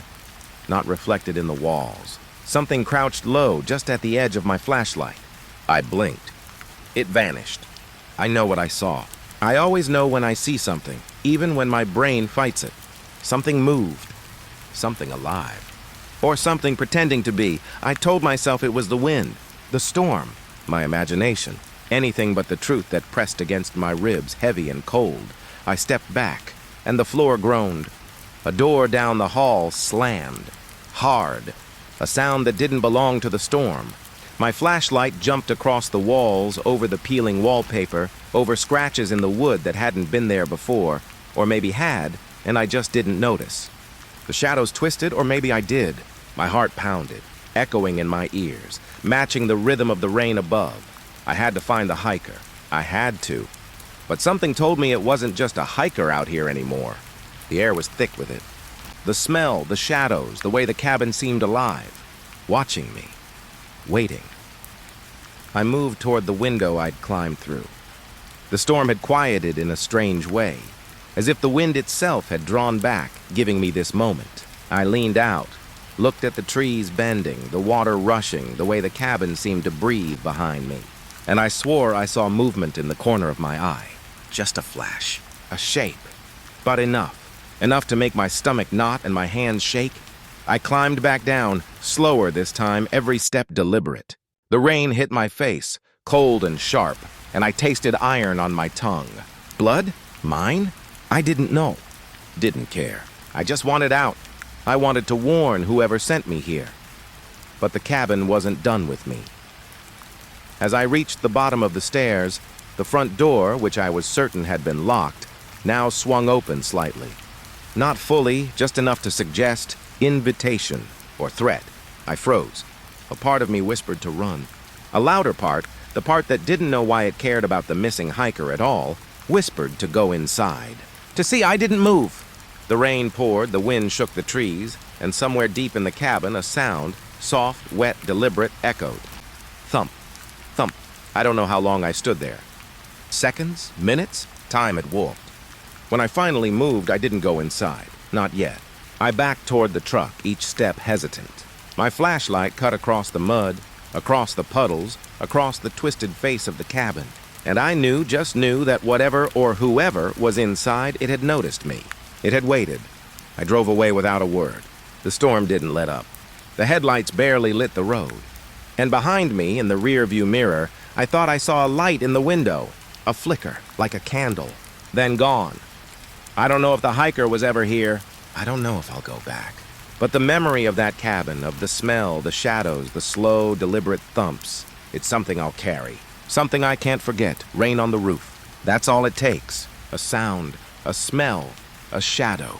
Enough to remind you that some places don't like visitors. That some places remember you long after you leave. And Hollow Creek remembers. The storm had eased, but the air was still heavy, sticky with rain and mud. Hollow Creek had a way of holding on to water, of keeping it in the soil long after the clouds had gone. I stepped out of the truck, boots sinking slightly into the mud, and tried to shake off the feeling that I'd brought something back with me from the cabin. Something alive. Or maybe it was just the memory of the way the shadows moved, the way the air had smelled, damp and thick and wrong. I had promised myself I would return. Not because I wanted to, but because someone, or something, was out there. The missing hiker hadn't walked away. They hadn't disappeared without leaving a mark. And the sheriff in me, the part of me that could ignore fear but not responsibility, made me follow the trail. The footprints were strange from the first glance. Not human, not entirely. Too large, but with a shape that was oddly familiar. Like a foot, stretched and distorted. I knelt down, flashlight in hand, and traced the edge of one print with a gloved finger. The mud was soft, but it had captured every detail. A twist here. A clump of dirt lifted there, almost like the creature had paused, considered the path ahead. I followed them slowly, step by step, careful not to erase the marks with my own weight. They led away from the clearing where the cabin sat, circling the trees, twisting down the slope toward the creek. The air smelled richer here, more earthy, with hints of rotting leaves and wet bark. It pressed against me, like the forest itself was aware of me, watching, waiting. The path the prints formed was unnerving. Sometimes they were clear, deep, deliberate. Other times they faded into nothing, as if the thing had vanished, leaving the mud untouched, the forest silent. I remember pausing at those points, peering into the shadows, waiting for a sound, a movement, anything that would explain what I was following. But the forest offered only wind in the trees, water trickling over rocks, and the distant call of some bird I couldn't identify. Halfway down the slope, I noticed a change in the footprints. They were closer together now, the stride shorter, more careful. Whoever or whatever made them was moving differently, cautious, watching me. The thought made my stomach twist, my pulse tighten. I kept moving, telling myself that fear was a luxury I couldn't afford.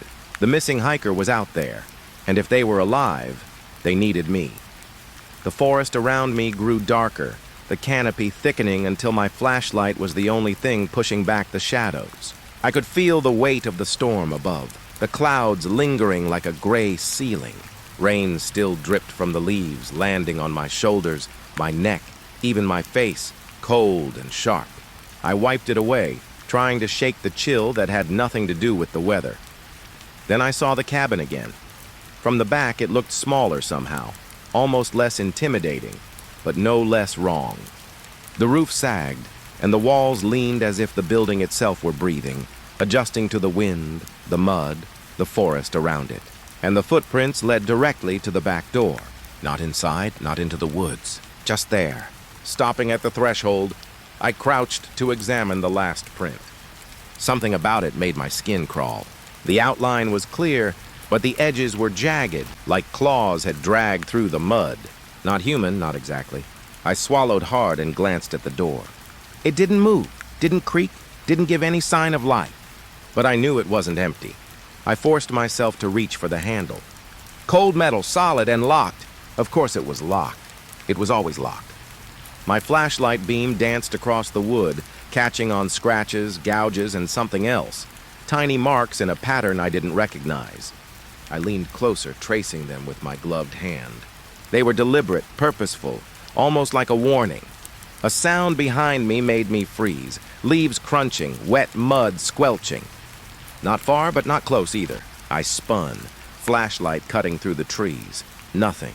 Just shadows, twisted trunks, and the way the fog from the creek curled in the low places. I tried to convince myself it was a deer, maybe some other animal, anything natural, but my gut told me it wasn't.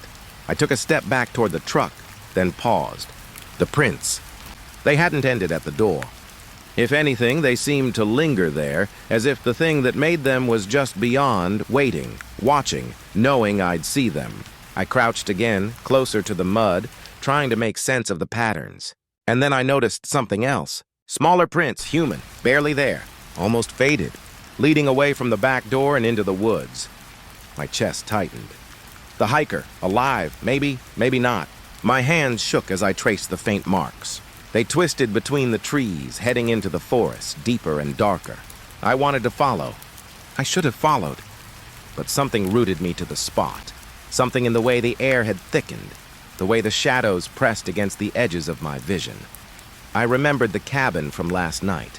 The thumps upstairs, the way the air had smelled, the sense that I wasn't alone.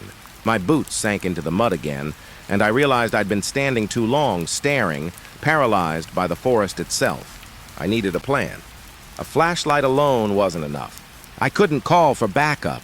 No one would come out here, not in this weather, not into this place. Hollow Creek had secrets, and most people didn't like to disturb them. I followed the smaller prints cautiously, each step measured, careful not to break the trail. The mud squelched underfoot, the rain still dripping from leaves, a soft percussion on the canopy above. The forest seemed to respond, each bird call and rustle of leaves magnified, echoing, whispering. I kept my flashlight aimed low, trying to catch the subtle indentations in the mud. Sometimes I'd catch a glimpse of the prints ahead. Sometimes they vanished, leaving only the forest floor dark and endless. After what felt like hours, I noticed something else. Signs of struggle.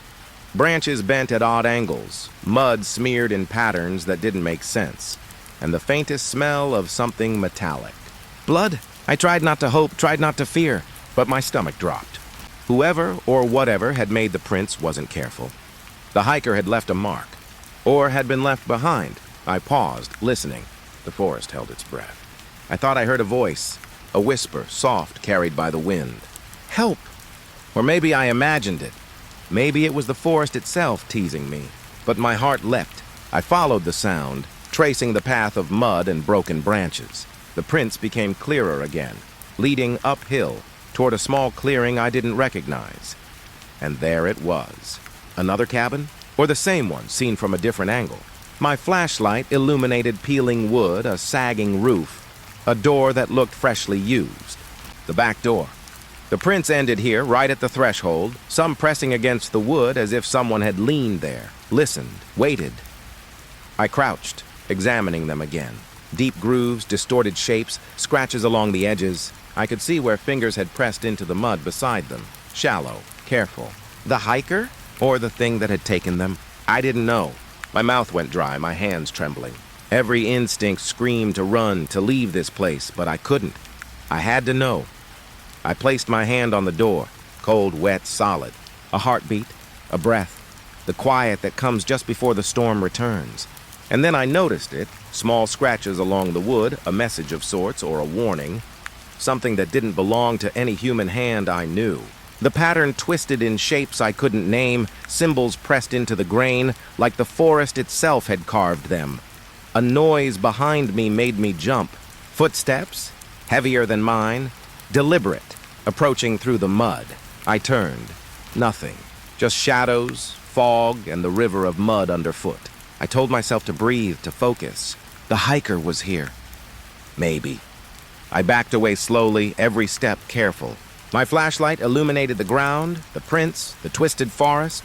The clearing seemed to close in on me, the shadows curling, the air thickening. I realized I was alone. And not alone. I don't know how long I stood there.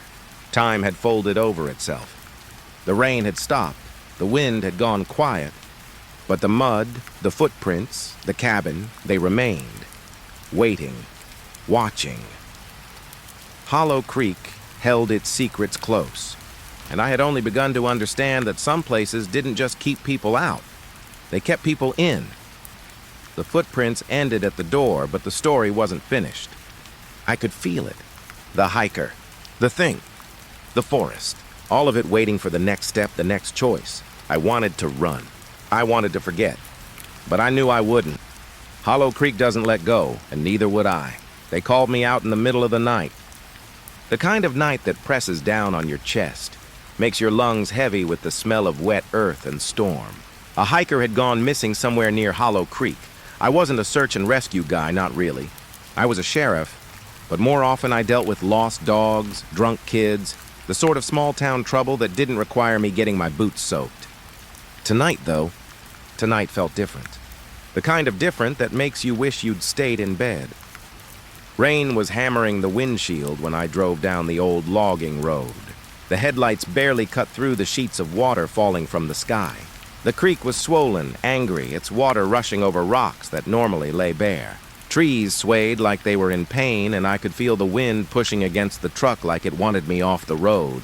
I tried to ignore it. I always try to ignore it. I knew the cabin was out there somewhere. The map the ranger had given me was almost useless, drawn with smudged lines and a shaky hand. The kind of map that only promises trouble. My gut tightened as I turned down a narrower path. Branches slapped against the hood. Mud clung to the tires. Every few minutes, the truck would slip, and I'd catch myself thinking about what would happen if I went too far, too fast. But then I'd see the glow of a reflection in a puddle, or hear the hollow sound of water dripping off the roof of some unseen building, and I'd push forward. And then I saw it, the cabin. It sat low in a clearing, leaning like it had given up on holding itself together. The roof sagged, shingles missing, windows dark except for the way the rain painted streaks across the glass. The kind of cabin that tells you stories just by standing there. I parked the truck under a tree that bent dangerously under the weight of the storm and stepped out. Water soaked through my boots instantly. I could smell it before I even reached the door. Damp wood, mold, something older beneath it, something that made the back of my throat tighten. I knocked, once, twice. The sound swallowed by the storm. No answer. I tried the door. Locked. I circled the cabin, looking for another way in. That's when I saw the side window, cracked open just enough for a person or a something to have passed through. The glass had jagged edges. I didn't like it. I didn't like anything about this place. But I was here, and the missing hiker was still out there. I climbed through the window, careful not to slice my hands. Inside, it smelled worse. Worse than I imagined. Damp, decayed, a hint of smoke that hadn't touched the air in decades. The walls were lined with peeling wallpaper. Floral patterns faded into gray streaks. Furniture was overturned. A chair hung from a wall like it had been thrown. I didn't want to touch anything. I didn't want to look too long, but I had to.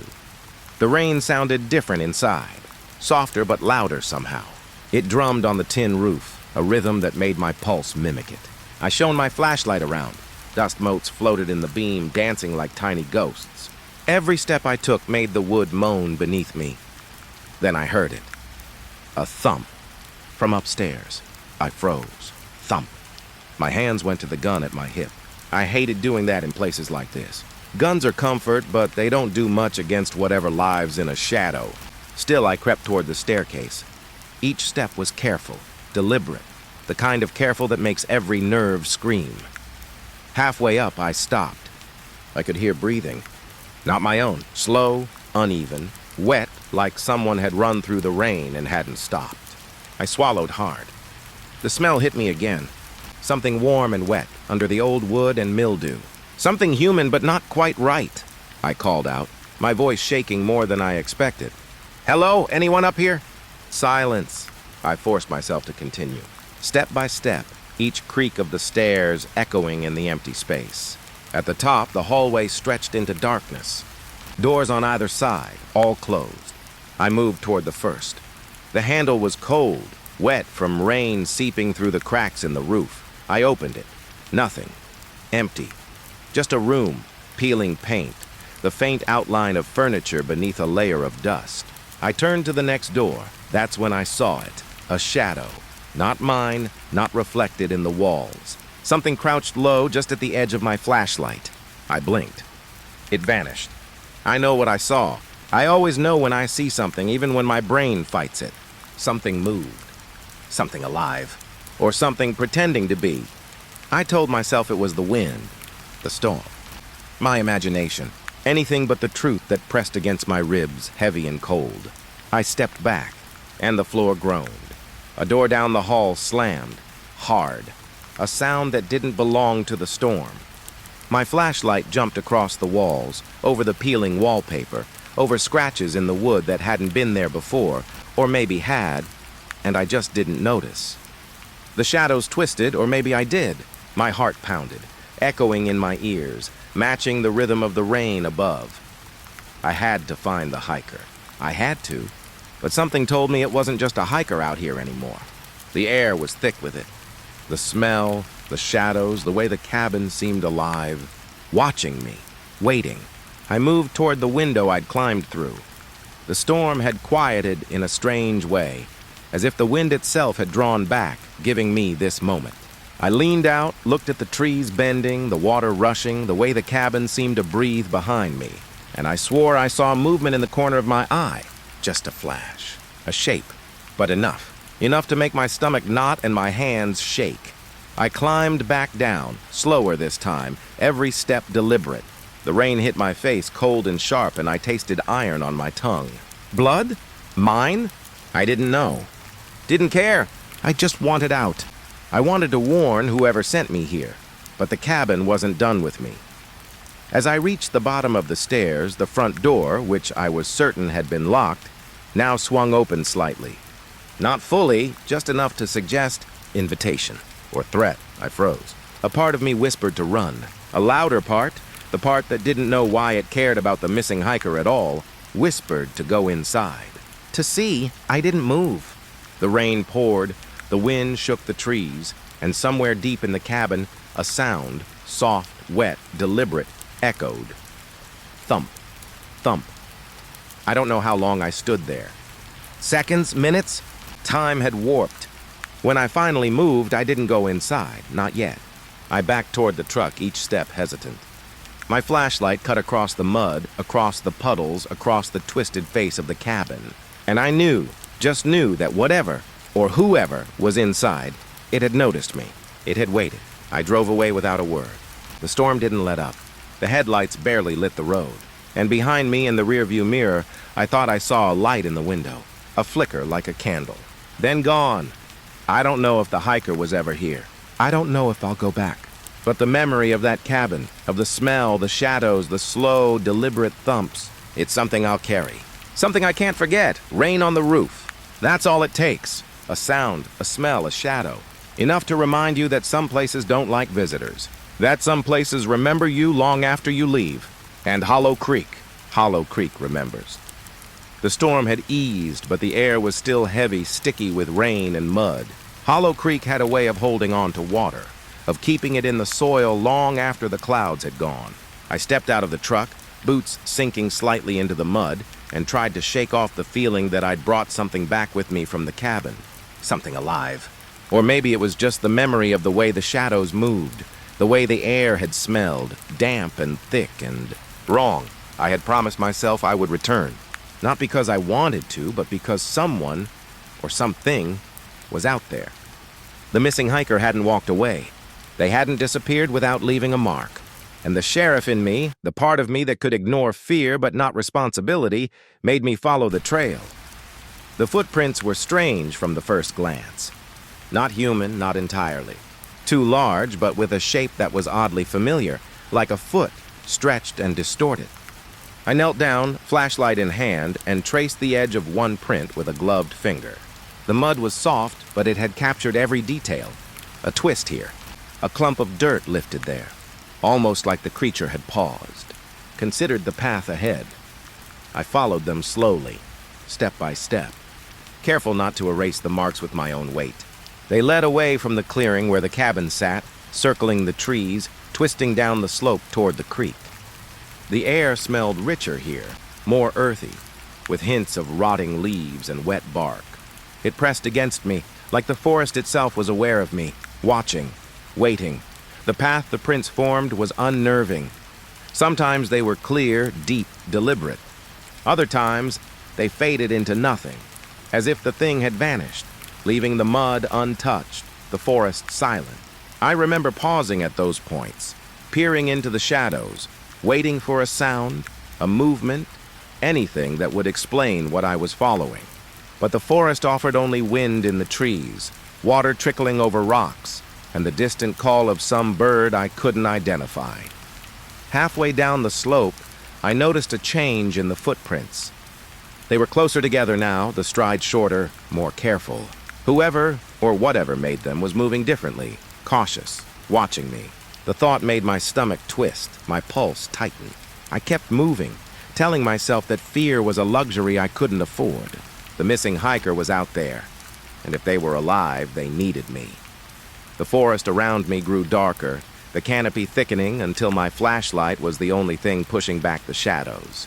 I could feel the weight of the storm above, the clouds lingering like a gray ceiling.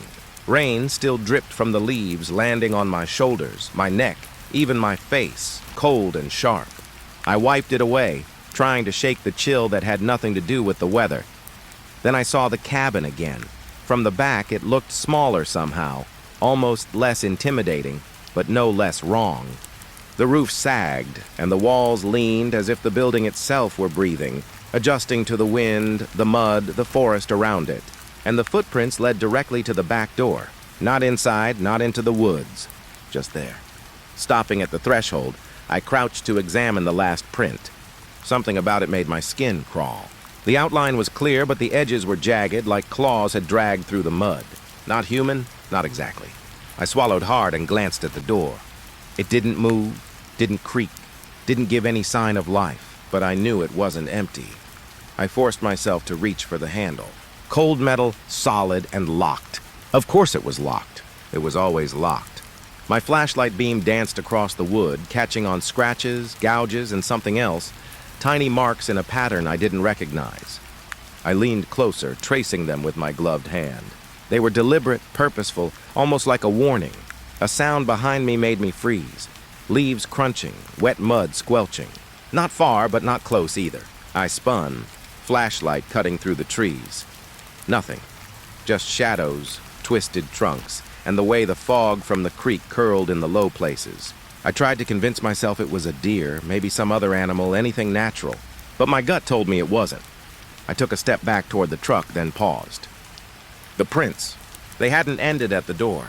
If anything, they seemed to linger there, as if the thing that made them was just beyond, waiting, watching, knowing I'd see them. I crouched again, closer to the mud, trying to make sense of the patterns. And then I noticed something else. Smaller prints, human, barely there, almost faded.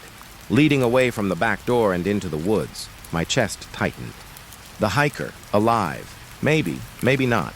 My hands shook as I traced the faint marks. They twisted between the trees, heading into the forest, deeper and darker. I wanted to follow. I should have followed. But something rooted me to the spot. Something in the way the air had thickened. The way the shadows pressed against the edges of my vision. I remembered the cabin from last night. The thumps upstairs, the way the air had smelled, the sense that I wasn't alone. My boots sank into the mud again, and I realized I'd been standing too long, staring, paralyzed by the forest itself. I needed a plan. A flashlight alone wasn't enough. I couldn't call for backup. No one would come out here, not in this weather, not into this place. Hollow Creek had secrets, and most people didn't like to disturb them. I followed the smaller prints cautiously, each step measured, careful not to break the trail. The mud squelched underfoot, the rain still dripping from leaves, a soft percussion on the canopy above. The forest seemed to respond, each bird call and rustle of leaves magnified, echoing, whispering. I kept my flashlight aimed low, trying to catch the subtle indentations in the mud.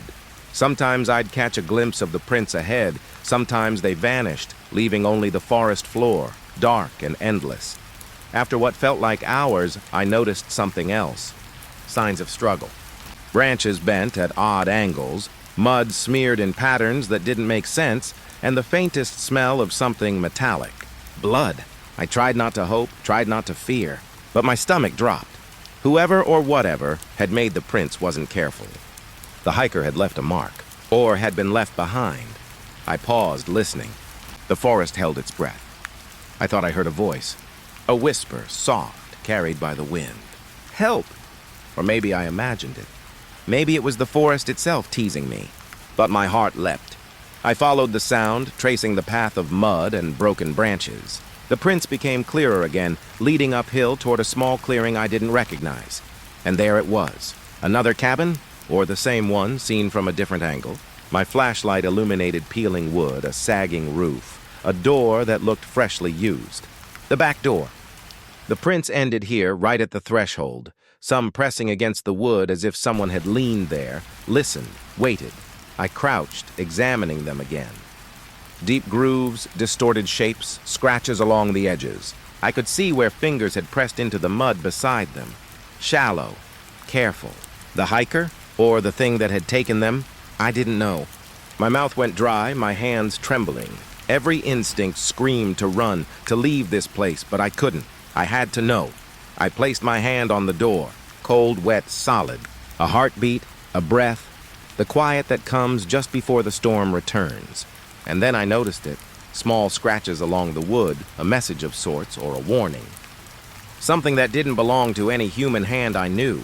The pattern twisted in shapes I couldn't name, symbols pressed into the grain, like the forest itself had carved them. A noise behind me made me jump. Footsteps, heavier than mine, deliberate, approaching through the mud. I turned. Nothing. Just shadows, fog, and the river of mud underfoot. I told myself to breathe, to focus. The hiker was here. Maybe. I backed away slowly, every step careful. My flashlight illuminated the ground, the prints, the twisted forest. The clearing seemed to close in on me, the shadows curling, the air thickening. I realized I was alone. And not alone. I don't know how long I stood there. Time had folded over itself. The rain had stopped. The wind had gone quiet. But the mud, the footprints, the cabin, they remained, waiting, watching.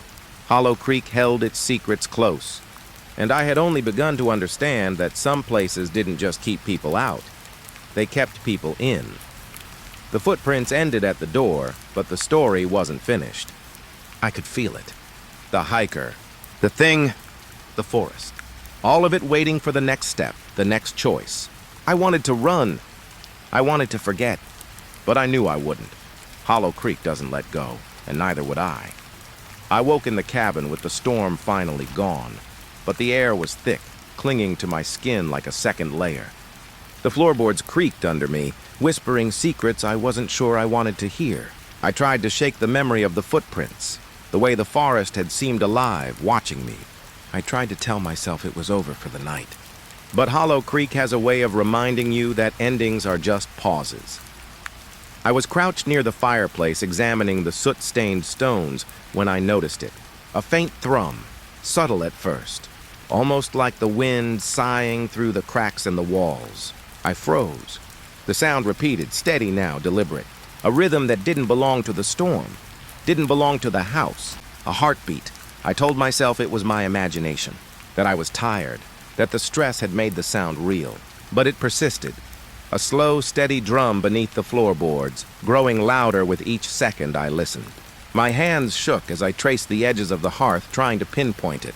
It wasn't coming from the walls, not from outside, but below. Beneath me, my pulse matched it. Not by coincidence. The sound had a way of crawling into your chest, making your own heartbeat echo in unnatural ways. I tried to stand, to move, but the floor beneath me seemed alive, quivering, trembling. The noise grew, louder, more insistent, like it was calling me, dragging me closer. I walked the cabin slowly, every step careful. The old wood groaned under my weight, but it didn't make the sound stop. If anything, the heartbeat throbbed in response, louder, deeper. I placed my hand on the floor near the corner where the boards were warped and uneven. The vibration hummed through my fingers, a low, wet thrum that made my stomach twist. I wanted to pull back, but something rooted me there. Curiosity, fear, and some darker part of me that knew this was only the beginning. The cabin smelled different now. Not just damp and decayed, but something metallic, warm, sharp. The kind of smell that makes your throat dry and your stomach knot. I bent closer to the floorboards, trying to listen, trying to understand. And then I heard it. Not just the thrum beneath the wood, but a whisper. Faint, wet, almost a sigh. I froze. It wasn't a word, not quite. Not something human. But it carried intent, like a thought pressed against my eardrum, like someone, or something, was aware I was listening. I told myself it was my imagination, my exhaustion. Hollow Creek plays tricks on you, but even as I told myself that, I could feel it. Beneath the floor, beneath the walls, the forest itself, waiting. I circled the cabin, flashlight low, the beam catching shadows in every corner. Dust floated in the air, dancing in slow spirals, disturbed only by the rhythm beneath my feet. Every step I took made the floorboards tremble, echoing the heartbeat. I couldn't tell if it was the cabin responding or the thing beneath it, aware of my movement. My hands were slick with sweat, my chest tight. I wanted to leave, but my legs wouldn't move fast enough. Something had me, gripped me, forced me to stay. The hallway led me to the back of the cabin, the same back door the footprints had ended at. I remember the mud, the forest, the twisted shapes in the clearing outside, but inside it was worse. Quieter, darker, heavier. The heartbeat pulsed beneath me, faster now. I could feel it in my toes, my knees, radiating up through my spine, filling the room with a pressure I couldn't escape. I knelt, pressed my ear to the floor. The rhythm was undeniable now, thudding, deliberate, impatient. There was intelligence in it, purpose. It was waiting for something, or someone. My stomach twisted. I remembered the hiker, the footprints. The human marks mingled with something unnatural. My fingers traced the edges of the warped boards. Something shifted beneath them. Something alive. I stepped back, but the thudding didn't stop. Louder, faster, more insistent. My heartbeat tried to sync with it, tried to outrun it, but the sound was everywhere now. It wasn't just beneath the floorboards. It was inside me, around me, in my chest, in my ears. I wanted to scream. I wanted to run. But my legs were rooted, my spine frozen with the knowledge that whatever was making that sound was waiting for me to move, waiting to pull me in. I remembered the scratches on the back door, the small, deliberate marks pressed into the wood, warnings, messages. I didn't understand them yet. Maybe I never would. But the thumping beneath the floorboards seemed to react, as if the cabin itself was alive, aware of my attention, aware of my fear. I forced myself to stand and move. Each step toward the corner made the heartbeat swell, faster, louder, almost unbearable. My hands were shaking, my flashlight cutting erratically across the walls. Shadows twisted, folding into themselves, and I realized the cabin had changed. Not physically, not visibly. But the air had thickened, the space had shrunk. My senses were sharper, or maybe my fear had made everything more real. I crouched by the hearth again, listening, trying to make sense of it. And then I noticed something I hadn't before. The floorboards weren't just old wood. They were warped, yes, but some edges were gouged, carved. Symbols, spirals, lines pressed deep into the grain, following a rhythm I didn't understand. I traced them with a trembling finger. The heartbeat pulsed beneath them as if it were alive. The pattern of the carvings matched it. Every thud beneath me synced with the lines in the wood. I realized I was staring at something older than the cabin, something that had been waiting, something patient, something that didn't belong to any human I had ever known. The air grew colder, sharp in my lungs, and I could see my breath in the beam of the flashlight. The thumping increased, frantic now, urgent, demanding. I felt it in my chest. I felt it in my knees. The pressure was unbearable, like the cabin was pressing down on me, or I was sinking into the floor. I wanted to retreat, to escape, but I couldn't. Something held me there, something unseen, pulsing, alive beneath the boards. Then I heard a voice. Not words, just a sound, low, guttural, like someone or something was straining beneath the wood. A rhythm layered over the heartbeat, a second pulse that didn't belong. My mind screamed at me to run, to leave, to abandon this cursed place. But I couldn't. I had come too far. I had seen too much. The rhythm changed.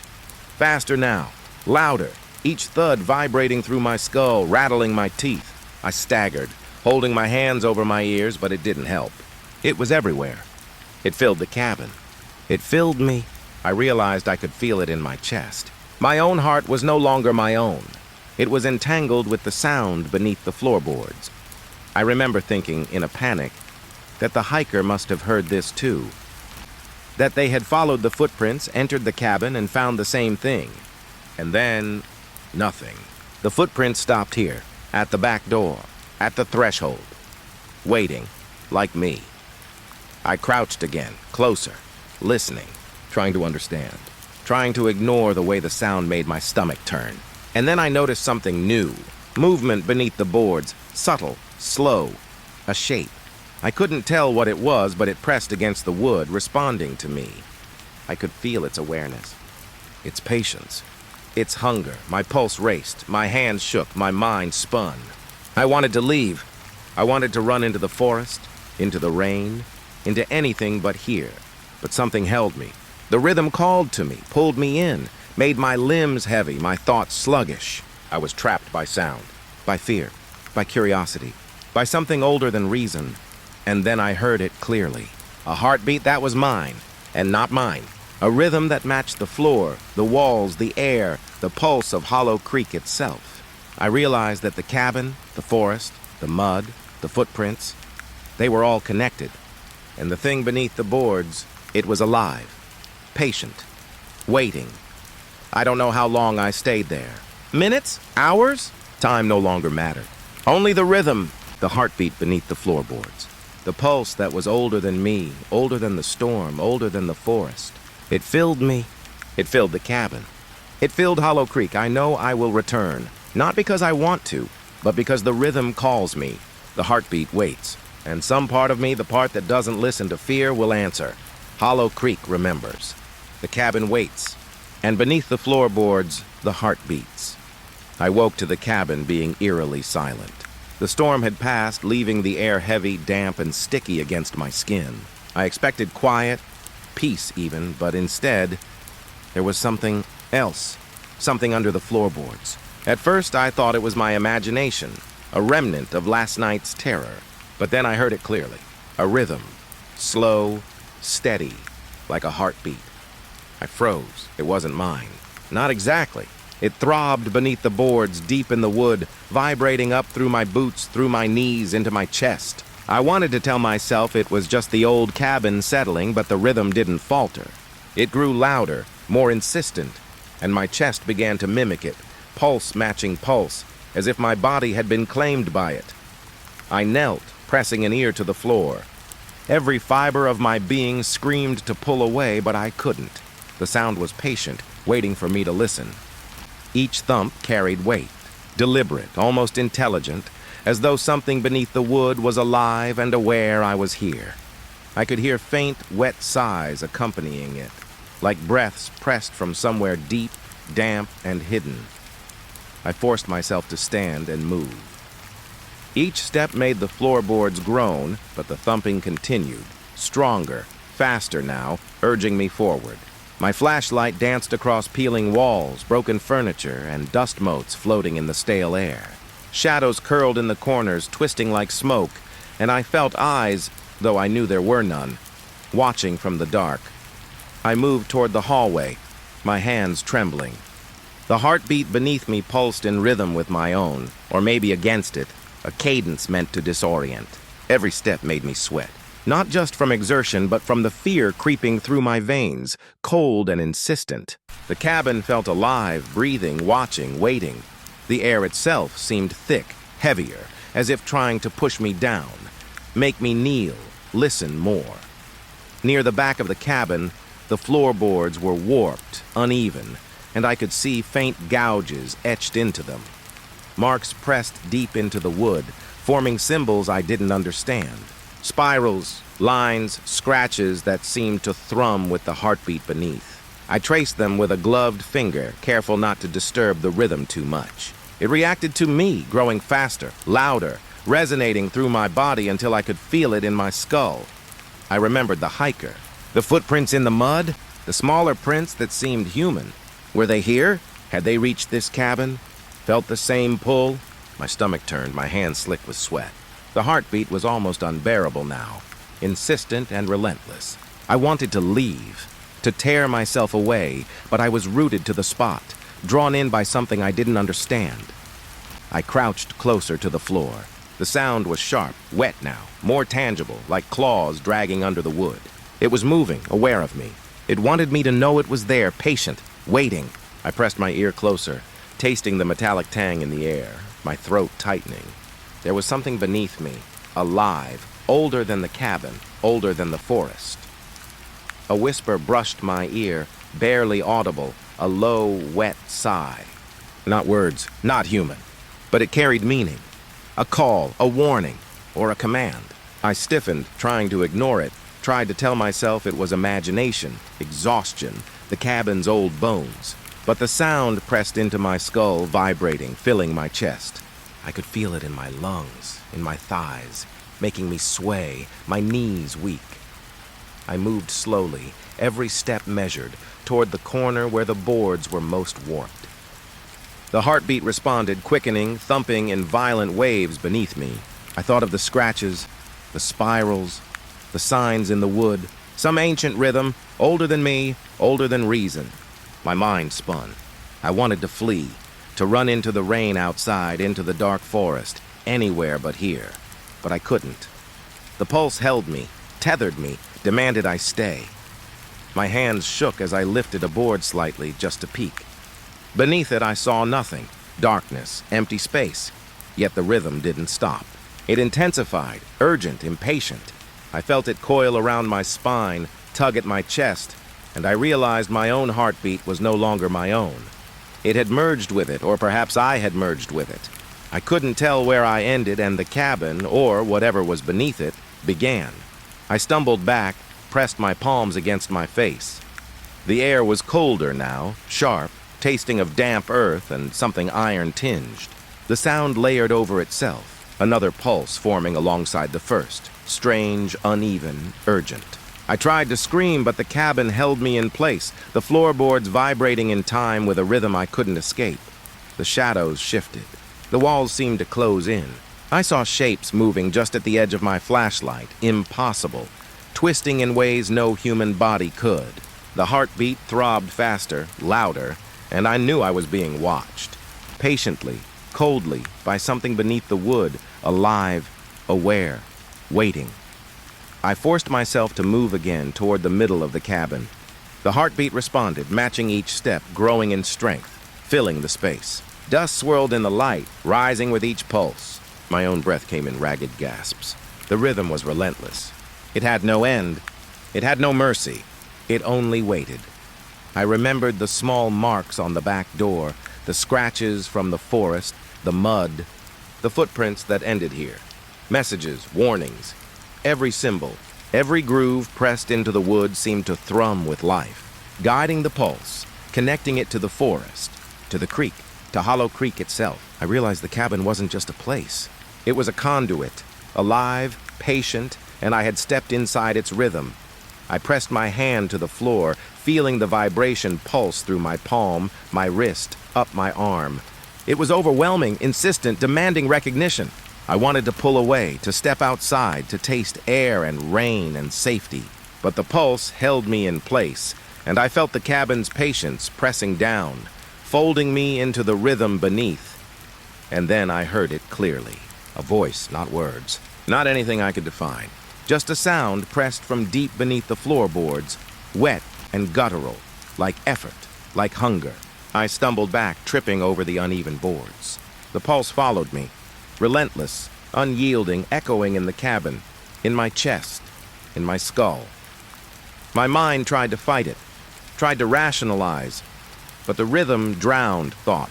Each heartbeat beneath the floorboards, each thump in the walls, in the air, in me, was a language older than reason.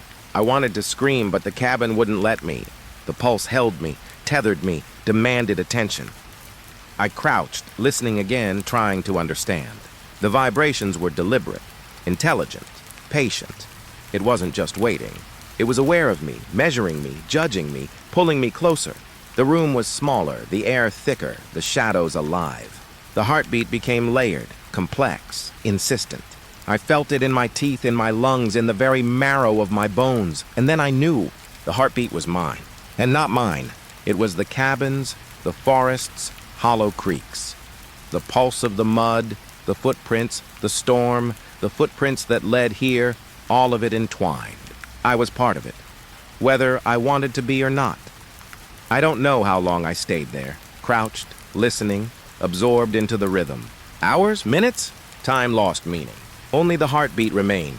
A rhythm patient and eternal, insistent, alive, watching, waiting, Hollow Creek remembers. The cabin waits.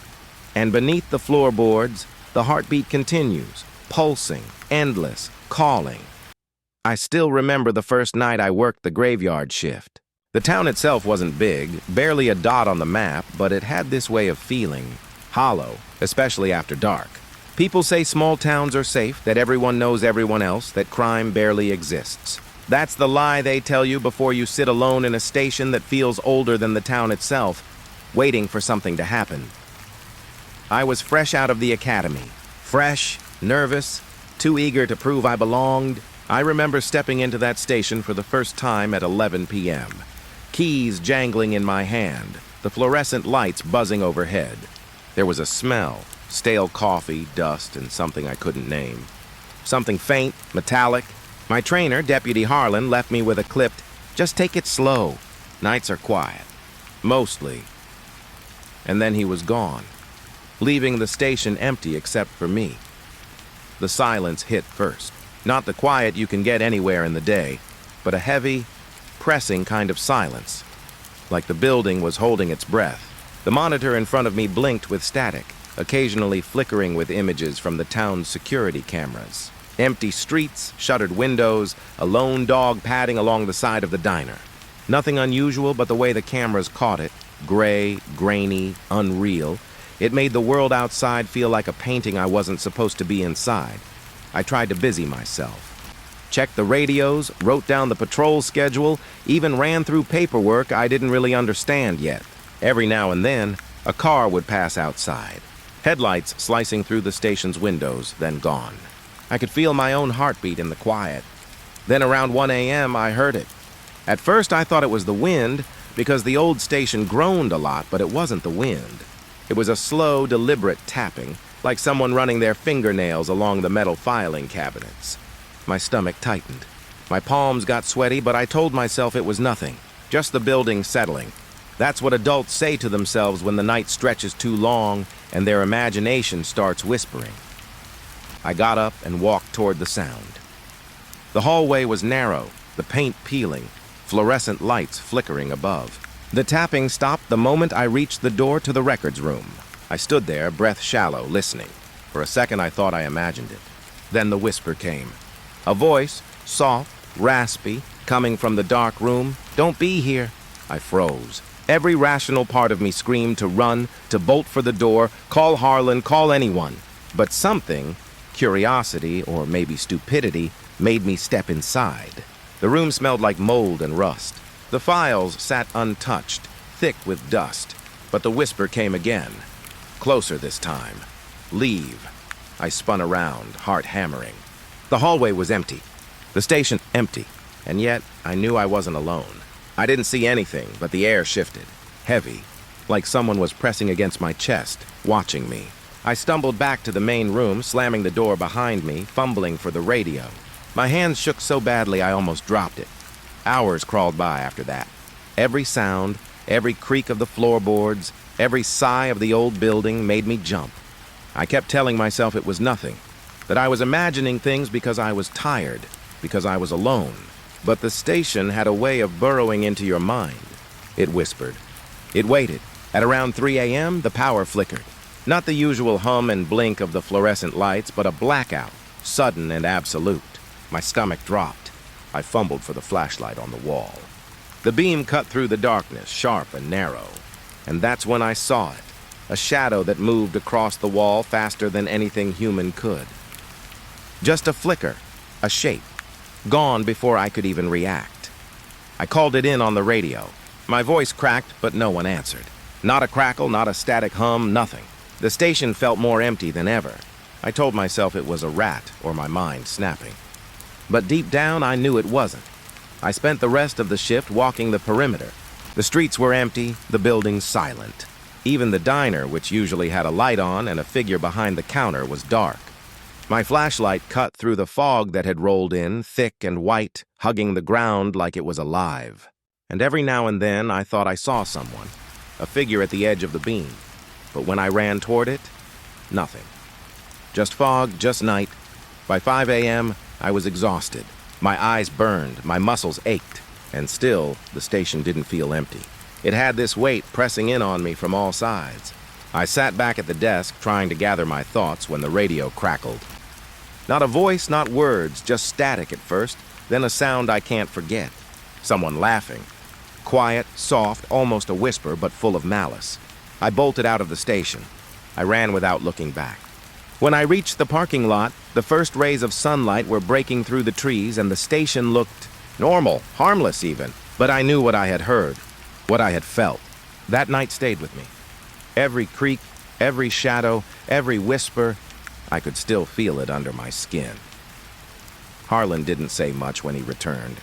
Just a nod, a grunt, and a reminder that nights like that are part of the job.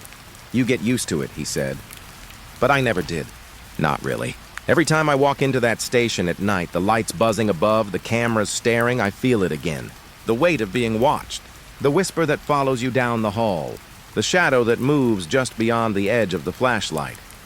I've worked plenty of night shifts since then. Seen things that can't be explained. Heard voices that vanish the moment you turn your head. And every time, I remember that first night. The fear that gripped me when I realized the station wasn't empty. That it never really is.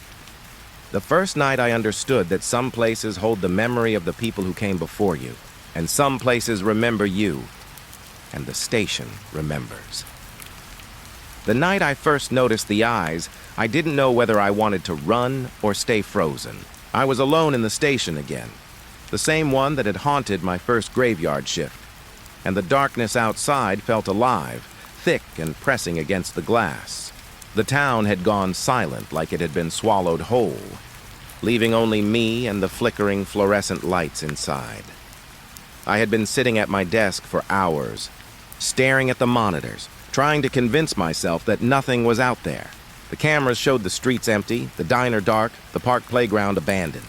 Still, I couldn't shake the feeling that I was being watched. My chest ached, my hands trembled slightly on the keyboard, and every time a branch scraped the side of the building, my mind jumped to the worst possible idea. Then I saw them.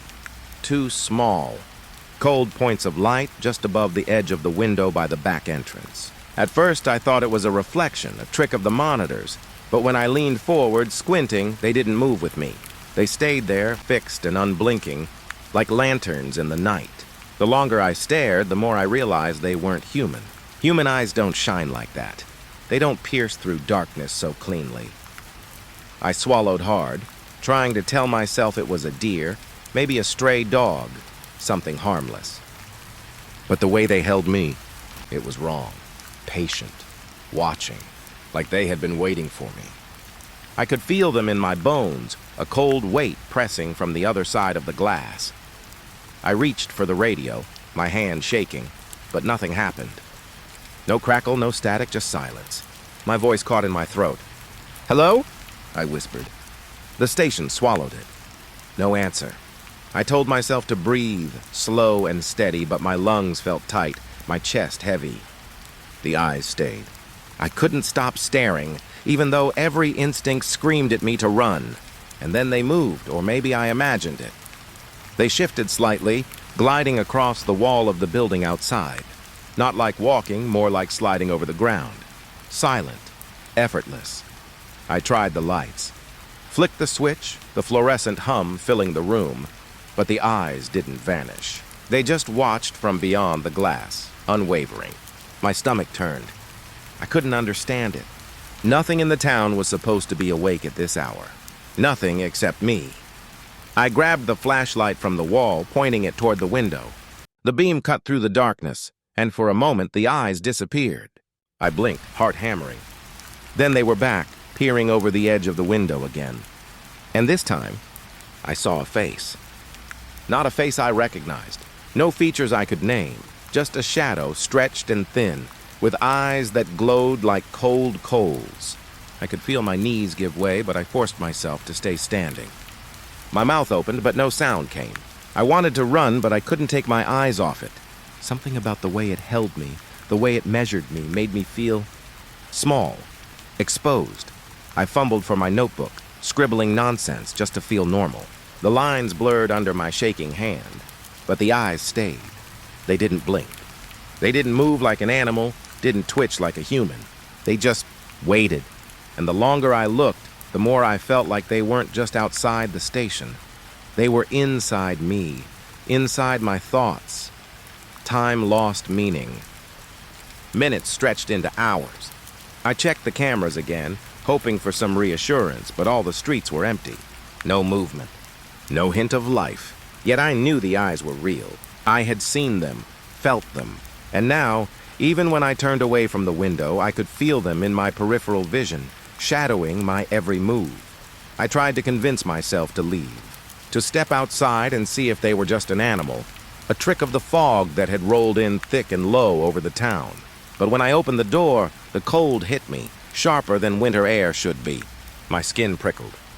And the eyes, they weren't at the window anymore. They were in the darkness beyond the door, just beyond the reach of the flashlight beam. I stumbled back, slamming the door. My hands shook, sweat running down my temples. The station seemed to grow smaller around me, the walls pressing in. I told myself it was paranoia. That night shifts did this to people. Made you see things in shadows, hear whispers in static. But deep down, I knew it wasn't my imagination.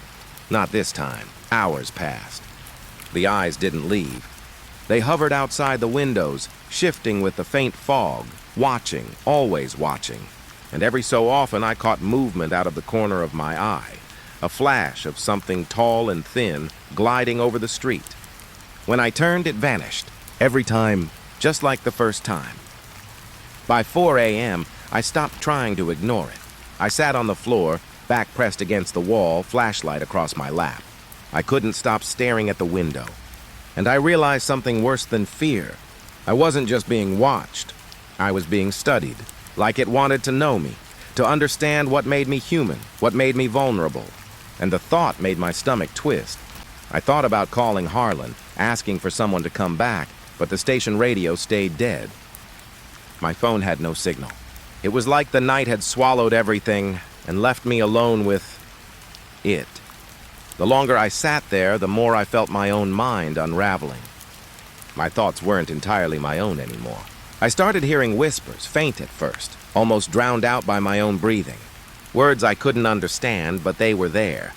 Forming at the edge of my hearing, curling around my skull, I tried to leave.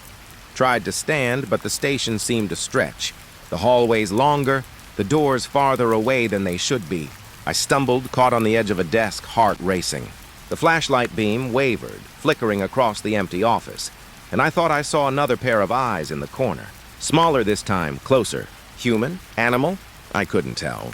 I couldn't see its face, only the cold reflection in its gaze. Sleep would not come. Rest would not come. The eyes waited, and I knew that whatever it was, it wouldn't leave when the sun rose. Night after night, it would return. Watch, measure, wait. And me, I would still be here, sitting at my desk pretending to be a deputy, pretending to be brave, pretending that the station wasn't a living, breathing trap. By 5 a.m., the first light began to seep through the fog, weak and gray. And like that, the eyes vanished. No flash, no shadow, nothing. Just the normal morning town, sleepy and harmless as if nothing had happened. But I knew better. I could still feel them, cold and patient, waiting just beyond the windows, waiting for the next night, the next shift, the next me. I stayed long after my shift ended, not trusting myself to leave. I watched the windows, saw the first workers trickle in, heard the normal hum of life begin again, and I realized something terrifying. The station wasn't haunted by ghosts or by what I could see. It was haunted by what I couldn't, by what waited, by the eyes in the dark. And they weren't going anywhere. Even now, years later, I see them in my dreams. Small points of cold light, glowing, unblinking, patient, watching, waiting. And I know that the moment I step into a station at night, they'll be there, somewhere beyond the glass, somewhere just beyond my sight, and I'll feel them, measuring me again. The eyes never leave. They never blink. They never tire. And neither, I've learned, can you, not really, once you've seen them. I don't know why I went upstairs that night. Maybe it was curiosity. Maybe it was the foolish part of me that wanted to know if the station was alive, if the walls themselves were breathing. Whatever it was, I remember every step, every creak of the old wooden stairs beneath my boots, every pulse of dread that ran through my chest. The upstairs floor was colder than the main level, the air heavier, as if the shadows themselves had mass. The hall stretched out before me, narrow, lined with doors I'd never opened. Filing rooms, storage closets, small offices that smelled of dust and old paper. The fluorescent lights flickered overhead, and the hum of the electrical system sounded like a heartbeat, slow and irregular. I thought I was alone. I wanted to tell myself I was alone. But the moment I stepped onto the landing, I heard it. Footsteps, slow, measured, soft on the floorboards. Not quick, not panicked, just deliberate. Someone or something moving upstairs, though I knew the station was empty. I had already checked every corner. I had walked the hallways downstairs, no one. And yet, the steps continued. I froze, hand on the railing, trying to make sense of it. My ears strained, catching every tap, every echo. The steps stopped when I stopped. They started again when I moved. It was impossible. A trap, a trick. But I felt the weight of it pressing into me, filling the hallway with presence. Something was there, just beyond vision, watching, pacing. I called out. My voice sounded hollow, bouncing against the walls. Hello? No answer. Just the faint hum of the fluorescent lights and my own shallow breathing. I wanted to turn and run, but my feet stayed planted. I told myself to be rational, to check the rooms one by one. But every door I opened revealed only emptiness. Empty desks, empty chairs, empty drawers, dust settling in undisturbed patterns. The footsteps moved again, circling, upstairs, and then back toward the far end of the hall. I could feel them more than I could hear them now. Vibrations in the floor, subtle, almost imperceptible. My stomach turned. I gripped the railing tighter, knuckles white. I told myself it was my imagination, the tiredness, the long hours of night shifts piling up, but I knew better. I had felt eyes watching before, felt the cold, patient presence of something waiting. And now it was here, just above me. I tried to leave, take the stairs back down, but the steps seemed to follow. I could hear them behind me, though I dared not turn. Every instinct screamed at me to run, but my legs refused to obey. The air grew thick and my vision tunneled. I could feel the walls closing in, stretching, bending, making the hall seem longer than it had any right to be. I stumbled over a loose board, heart hammering, and the footsteps stopped abruptly. Silence. I froze, waiting. Then the creak came again, slow, deliberate, moving toward me. I swallowed hard, throat dry, and finally dared to look. The hallway was empty. Nothing. No shadow, no shape, no hint of anything alive. Just the fluorescent hum, the peeling paint, the dust motes drifting in the weak light. And yet, I knew it had been there. I had felt it. I backed into a corner trying to gather my thoughts. My mind raced, looping over every possible explanation. Rats? No. Wind? No. Hallucination? Maybe. But every shift I'd worked, every sighting, every whisper in the station had felt real. Too real. The footsteps had weight, intent, purpose. And I knew then, with a clarity that chilled me, that I wasn't imagining it. Whatever it was, it wanted me to know it was there. Hours passed, like minutes. I stayed upstairs, sitting on the floor, pressed against the wall. The footsteps came and went, sometimes near, sometimes farther down the hall, circling, pacing. I tried to follow them, to pinpoint the source, but it was impossible. The hallway twisted in ways it shouldn't have. Doors appearing where I hadn't noticed them before, shadows stretching unnaturally long.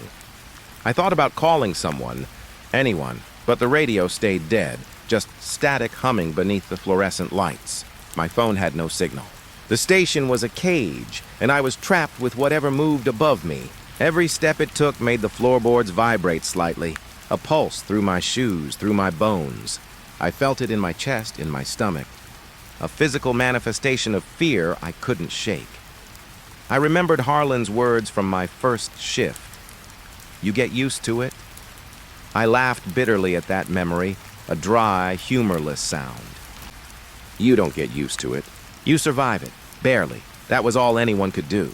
The station had a memory, a hunger, and it remembered you.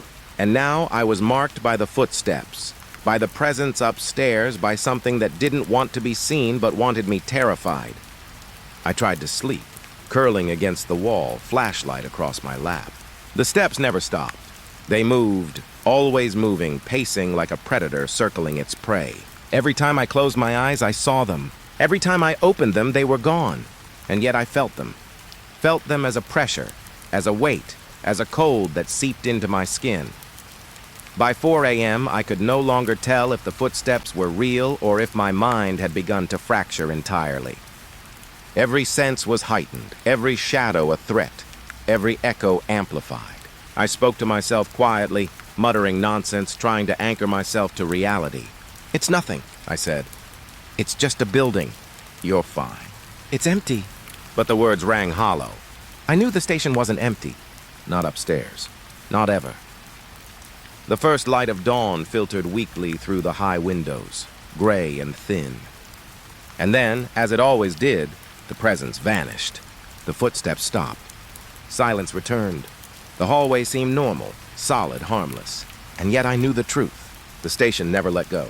The upstairs was a place of waiting, of measurement, of hunger, and whatever had moved above me would return. I stayed longer than I should have, pretending to work, pretending to file papers, pretending that the night had been ordinary, but I couldn't shake it. Every time I walked past the staircase, I felt the echo of steps that weren't mine, that had never been mine. Every time I closed my eyes, I saw the shadow moving, circling, pacing, watching, and I knew that next night it would be there again. Years later, I still feel it. Footsteps above me in empty houses, in quiet buildings, in places that should be safe. The memory of that night never leaves me. I hear them in my sleep, feel them under the floor just beyond sight, and I know without doubt that they are waiting, always circling, always watching. The upstairs isn't empty. It never is, and neither is the station. The night it happened, I knew something was different before I even stepped into the station. The usual hum of fluorescent lights, the low static of the radios, the faint creak of the floorboards, they were all gone. Silence greeted me like a wall pressing in from every side. I couldn't even hear the fog scraping against the windows outside. The world had been drained of sound. I remember pausing in the doorway, keys cold in my hand, listening, waiting for the building to exhale, for something to signal that it was alive. But there was nothing. Not a whisper, not a vibration, not the faintest hum. It was unnatural, wrong. And my chest tightened, the air thick in my lungs. I told myself it was just a quiet night. Too quiet, sure, but nothing more. I flipped the lights on. The station glowed, the fluorescent flicker returning, but it felt hollow, like a mask stretched over a void. I walked past the desks, past the empty chairs and dusty files. Everything was normal, and yet I felt the absence of it. Something had been here. Something had taken the sound, the warmth, the life. The first sign I wasn't alone came from the monitor. A single camera flickered to life, showing the back alley. Empty, normal. Then slowly, a figure appeared, or rather emerged from the shadows. I couldn't see a face, couldn't tell if it was human, just a silhouette, dark and still, standing beyond the reach of the alley light. My stomach churned. My breath caught. I reached for the radio, but it remained dead. Static, silence, nothing. And then the siren started. Not the station alarm, not the usual blare for a call or an alert. A faint, faraway wail, like the cry of a foghorn lost at sea. I froze. The sound was soft, almost pleading, echoing through the empty station in a way that felt personal. I couldn't see where it came from, couldn't trace it, but it pulled at me, tugged at my limbs, at my heart, at something deep inside that I couldn't name. I called out, voice trembling. "Hello?" Nothing. The siren continued, slow, fading in and out, as if breathing. And then I realized it wasn't coming from outside. Not entirely. It was everywhere. It was in the walls, in the floor, under my skin. It was the station itself, mourning, warning, or maybe laughing. I couldn't tell which. I wandered the hallways, flashlight trembling in my hand. I tried every door, every corner, every office. Empty. Dust settled where it should have. Papers stacked on desks. Nothing moved. But the siren, it followed me. Whispered to me, echoed in my ears, in my chest, in my bones. And then I felt it. Something behind me, close, moving with me, mirroring my steps. I dared not look.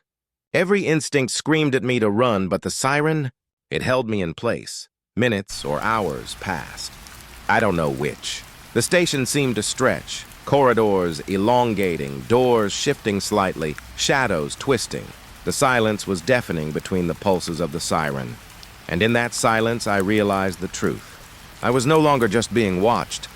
I was being taken, measured, examined, pulled into something that existed beyond sight. I tried the stairs, downstairs, outside, anywhere. The building didn't respond the way it should. The lights flickered in time with my heartbeat, shadows stretching longer, twisting toward me. The siren pulsed louder, almost unbearable, and in that sound, I heard voices, not words, not language, just tones rising and falling, as if the station itself was speaking in a dialect of grief and warning. I thought about Harlan, about the first night, about the eyes, about the footsteps upstairs. All of it led here, to this silence, this emptiness that wasn't empty. The station wasn't haunted by memories. It wasn't haunted by ghosts. It was alive, patient, hungry, and now it had me. The siren faded slightly, just enough for me to notice the absence of sound elsewhere. And then I saw movement on the monitors, shadows shifting in impossible ways, hallways folding in on themselves, doors opening to rooms that didn't exist on any map, any plan. And I realized I was not alone, and I never had been. Not truly. The station had always been there, waiting, watching, shaping itself around me. And tonight, it had decided it was time. I ran, or tried to. My legs felt heavy, reluctant, like I was moving through water. The hallways elongated, twisted, and no matter where I turned, the siren echoed, fading but never gone. I stumbled over a desk, knocking papers to the floor. My flashlight beam jittered, catching glimpses of shadows just beyond reach. Shapes indistinct, impossible. And always, the siren, guiding, calling, drawing me somewhere I didn't want to go. I reached the main office, heart hammering, sweat running down my temples. The windows showed nothing, only the early morning fog rolling across the empty streets. The silence returned, pressing harder, heavier, almost tactile, and then I felt it. A pull at the back of my mind, tugging gently, insistent, patient, not threatening, not malicious, just inevitable. I stepped forward, unsure. The siren pulsed again, fading with each beat of my heart. The walls seemed to breathe around me, the ceiling stretching upward, the floor tilting beneath my boots. The station had changed. I could feel it. The familiar rooms were gone, replaced with corridors I'd never walked. And through it all, the siren called me deeper, further, until the world outside ceased to exist. I don't remember much after that. Only fragments, the echo of my own breathing, the feel of cold metal against my hand, the distant fading siren. I remember thinking I would call out, scream, run, but the station had swallowed my voice. And in that swallowing, I realized something horrifying. It didn't need to. I had already vanished. When they found the station the next morning, I was gone. The desk was empty. The chairs upright. The monitors blinking in silent loops, showing empty streets, empty halls, empty offices. And somewhere faintly, almost imperceptibly, the siren remained. A low, mournful sound winding through the station, carrying the memory of me, or at least the part of me that hadn't been taken. I think about it sometimes, about what it means to disappear into a place like that, to be consumed not by violence, not by death, but by something patient, something endless. The siren isn't just a sound. It's a presence, a mark, a promise. And I know, if anyone were to walk into that station again at night, they would hear it. Faint, far away, calling, pulling, waiting. Sometimes I wonder if I even exist anymore. If the part of me that vanished is watching through the walls, through the monitors, through the silence, guiding the next person in. I don't remember fear anymore. Not really. Just a pull, a tug toward nothing, toward the station itself. The world outside continues. People walk past the building, cars drive down the empty streets. The town wakes up, oblivious. And inside, the station waits. breathes, listens, and somewhere faintly the siren cries, a sound that isn't sound, a presence that isn't presence, and me, lost, swallowed part of the silence that never ends. I was a deputy once. I walked the hallways, answered the calls, patrolled the streets, but the station doesn't care about that. It doesn't care about me or anyone else. It waits, and when it's ready, it takes. Slowly, patiently, inevitably, and now, all that remains is the siren. Faint, far away, echoing in the empty building. A warning? A call? I don't know. All I know is it will not stop. It cannot stop. And anyone who hears it will understand. The station is alive. It waits, and it remembers. The siren fades. But it never truly disappears.